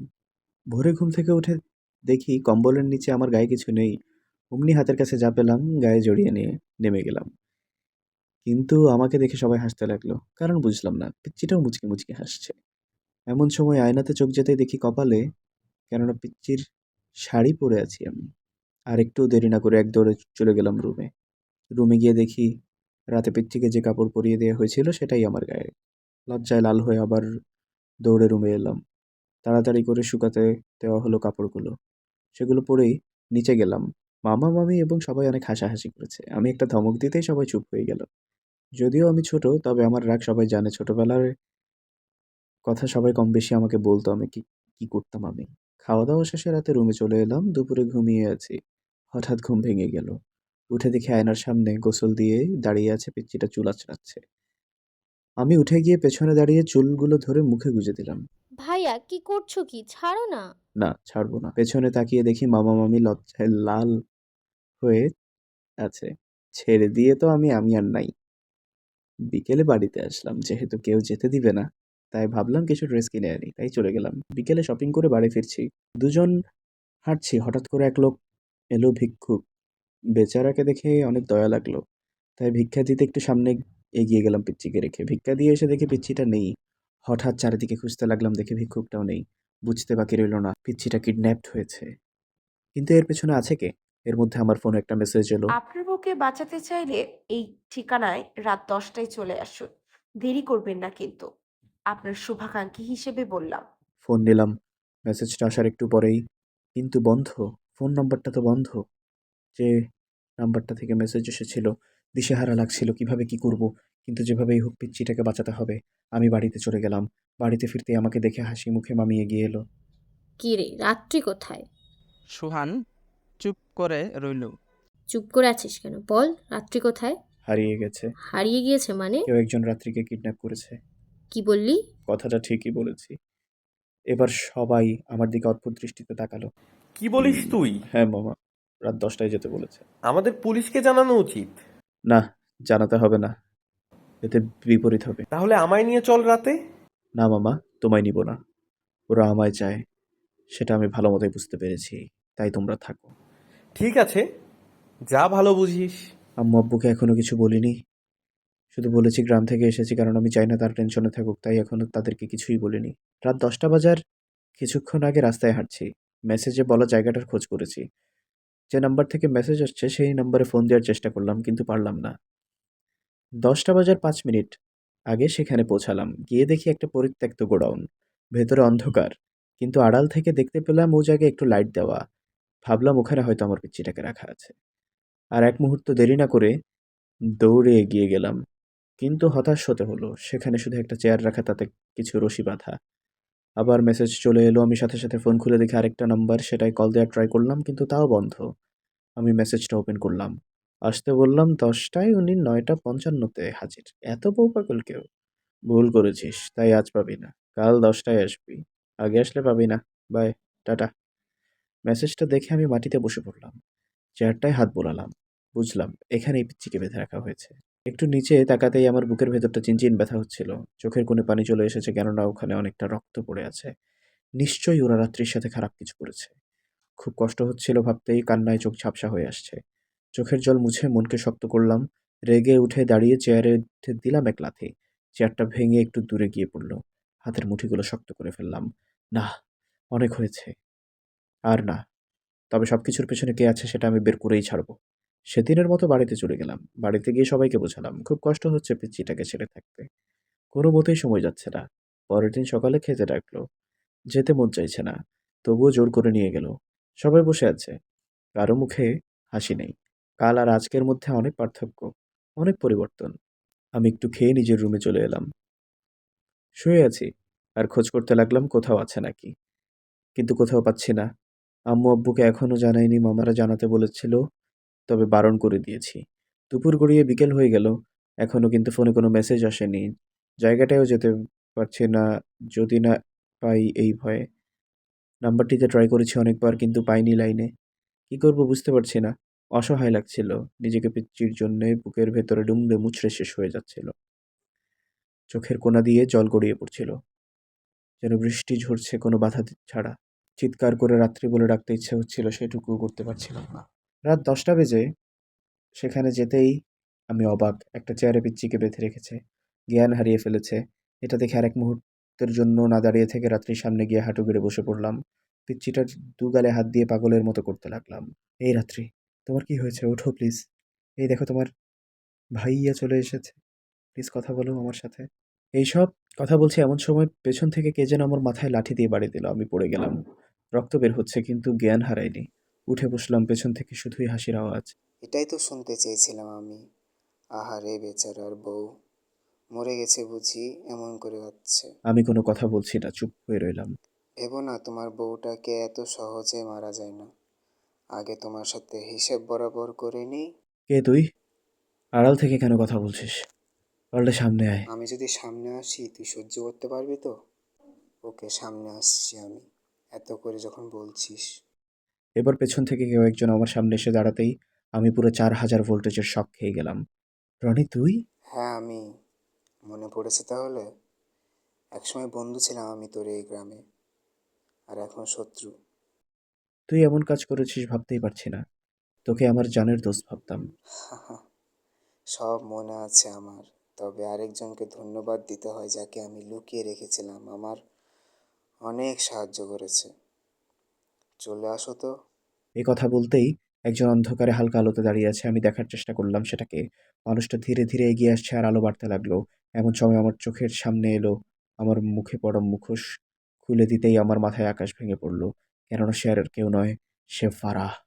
ফারাহ, তুমি? চিনতে পেরেছো তাহলে? কিন্তু একটু দেরিতে মিস্টার সোহান। তোমায় আমি ছাড়বো না। উঠে ধরতে যাবো ফারাহকে, এমন সময় রনি আমার মাথায় বন্দুক ঠেকিয়ে দেয়। আস্তে আস্তে, এত তাড়াহুড়া কেন ভাই? একটু সবুর কর। রনি, তুই আমার বেস্ট ফ্রেন্ড হয়ে এমন কাজ করতে পারলি? Best friend? হাহা, হাসালি। তুই আমার সাথে বেইমানি করে আমারে জেলে দিছিস, আমার সব শেষ করে দিছিস। তাই আমিও ওয়াদা করেছি, তো সব শেষ করে দেবো। তোর সব শেষ করেছি মানে? ওয়াও ওয়াও, তোর দেখি কিছুই মনে নেই? কিছু মনে নেই মানে? তুই না আমায় মিথ্যা অপবাদ দিয়ে জেলে ঢোকালি? What nonsense! আমি এরকম করবো কেন? নাটক করবি না, রাগাস না, তাহলে কিন্তু খুব খারাপ হয়ে যাবে। দেখ দোস্ত, আমি সত্যি বলছি, আমি কিছুই করিনি। নিশ্চয়ই তোর আমার মধ্যে কেউ একজন বিষ ঢুকিয়েছে। মানে? মানে কেউ একজন আমাদের বন্ধুত্ব নষ্ট করতে চায়। তোর কথা কি সত্যি? হ্যাঁ, সত্যি। কারণ আমি কিছু করিনি। আমি তোর খোঁজ নিয়েছিলাম কিন্তু পাইনি। তাহলে কে করলো এমনটা? আমি করেছি। কথাটা বলে ফারহা রনির মাথায় বন্দুক তাক করে ধরে। রনি অবাক হয়ে যায় খুব। এ কি? অবাক হওয়ার কিছু নেই, সবকিছুর পেছনে আমিই ছিলাম। আমি তোদের নিয়ে খেলেছি, কারণ আমি চেয়েছিলাম তোদেরকে একে অপরের শত্রু করে দিতে। কিন্তু কেন? আচ্ছা, তাহলে একটু অতীতে চলে যাই আমরা। দোস্ত চল সিনেমা দেখতে যাই, নতুন আসছে। কিভাবে যাব? স্কুল চলতেছে তো। আরে সোহানের বাচ্চা, এত ভাবিস কেন? আমি আছি তো, চল। ওকে চল। আমি আর রান স্কুল পালিয়ে বের হয়ে যাব। এমন সময় আমাদের সাথেই পড়ে আলিশা আমাদের দেখে ফেলে। নতুন ভর্তি হয়েছে। তোমরা কোথায় যাও? সিনেমা দেখতে যাবে? হুম। চল পালাই তাহলে। তিনজন এক দৌড়ে চলে গেলাম সিনেমা দেখতে। সিনেমা দেখে অনেক মজা করে তারপর তিনজনের বাসায় গেলাম। পরের দিন আবার স্কুলে গেলাম। তিনজনে অনেক মজা করলাম। এইভাবে কয়েকদিন চলে গেল। আমরা তিনজন খুব ভালোভাবে মিশে গেলাম। যদিও রনি আমার জানের বন্ধু ছিল, কিন্তু আলিশাকে দেখতাম কেমনভাবে যেন তাকাতো আমার দিকে, সেটা আমি খেয়াল করতাম না। মেয়েটা দেখতে শ্যামলা, কিন্তু মুখে মায়া ছিল। একদিন আমি আর রনি ক্লাসে বসে সত্যি পরীক্ষা করছি। এমন সময় হঠাৎ করে কোথা থেকে এসে আলিশা আমার হাতে একটা চিঠি দিয়ে মুচকি হেসে চলে যায়। আমরা দুজন অবাক হয়ে তাকিয়ে রইলাম। রনি আমায় ধাক্কা দিয়ে বসে পড়ল আর চিঠিটা খুলতেই পড়া শুরু করলাম। প্রিয় সোহান, জানি না কিভাবে নিচ্ছ আমায়, তবে জানো আমি না তোমাকে অনেক ভালোবেসে ফেলেছি। তোমার স্টাইল, তোমার হাসি খুব সুন্দর। জানো তুমি যখন কথা বলো তোমার দিকে তাকিয়ে থাকি, কারণ মনে হয় যেন তোমার ঘোরের মাঝে চলে গেছি। চেয়েছিলাম কাউকে ভালোবাসবো না, কিন্তু তোমায় আমি কিভাবে ভালোবেসে ফেলি জানি না। আমার অনেক জেদ, তাই যা বলি তাই করি। প্লিজ আমায় ফিরিয়ে দিও না। তোমার উত্তরটা জানাবে কিন্তু। দোস্ত, এসব এখন জড়াস না, নিজের জীবন গড়। ঠিকই বলেছিস। এসবে পড়লে কষ্ট পাবি আর আমাদের বন্ধুত্বও নষ্ট হয়ে যাবে। হুম, চায় না তার চেয়ে ভালো না করে দেই। হুম। দুজনে মিলে আলিশার কাছে গিয়ে সব বুঝে বললাম। বেচারি কাঁদতে কাঁদতে চলে গেল। অনেক ডাকলাম, শুনল না। তারপর হঠাৎ শহরে চলে আসি। এছাড়া কি হয়েছে আর জানি না। এরপর আমি বলি, ওই আলিশা আমার চাচাতো বোন। কি? হ্যাঁ, আর ও সেদিন গিয়ে অনেক কেঁদেছিল, কিন্তু রাতে অনেক হাসি খুশি ছিল, কেননা তুমি নাকি দেখা করতে চেয়েছিলে রাতে। তাই ভালোভাবে রাতে গেল, আর সকালে পাওয়া গেল পুকুরের লাশ। খারাপ অবস্থা বলতেও আমার কষ্ট হচ্ছে। তোমরা যা করেছো তার কিছুই করিনি এ পর্যন্ত। তবে তোমার আর রনির বন্ধুত্ব নষ্ট করতে তোমার নাম করে রনিকে জেলে পাঠাই, যাতে তোমরা দুজন দুজনের শত্রু হয়ে একে অপরকে মারো, যাতে আমার বোনের আত্মা শান্তি পায়। তো এবার মরার জন্য তৈরি হয়ে নাও। এই কথা বলে যখনই গুলি করবে পুলিশ চলে আসে আর ওদের সবাইকে ধরে ফেলে। আমি হাসতে হাসতে উঠি। হা হা হা, অনেক খেলেছে, এবার আমি একটু খেললাম। একটু আগে থেকেই সব করছিলাম, তো এবার জেলে গিয়ে বুঝো কেমন। আমি তোকে ছাড়বো না সোহান। ওকে, দেখা যাবে। ফারাকে নিয়ে গেল রনি, আমায় সরি বলল। ওর সাথে কথা মিটমাট করে আমার পিচ্চির কাছে গেলাম। ওকে হসপিটালে নিয়ে গেলাম। সুস্থ হলে ওকে বাসায় নিয়ে আসলাম। শুয়ে আছে পিচ্চিটা আমার বুকে মাথা দিয়ে। এখন সব ঠিক হয়ে গেছে। হঠাৎ রাত্রি উঠে বায়না ধরলো সে নাকি চাঁদ দেখবে। কি করব, বেলকনিতে নিয়ে গিয়ে আগে বসালাম, তারপর পিচ্চিটা আমার বুকে মাথা রেখে আকাশের চাঁদটাও দেখছে, আজ হাসছে। আমাদের দেখে খুব খুশি মনে হলো চাঁদকে। নিজেকে অনেক সংগ্রামের পর আজ ভালো লাগছিল। এই শোনো, আমার তোমার মতো একটা বাবু চাই। এ কথা বলে পিচ্চিটা লজ্জায় মুখ লুকালো। আমি হেসে শক্ত করে জড়িয়ে ধরলাম। 12 বছর পর। আম্মু আম্মু, তোমায় না বারণ করেছি, তুমি কেন শোনো না বলো তো? যাও, তোমার সাথে আমি কথাই বলবো না। আর কতবার বলে যে বাসায় কাজের লোক থাকতে কাজ করবা না, তাও করতে যায়।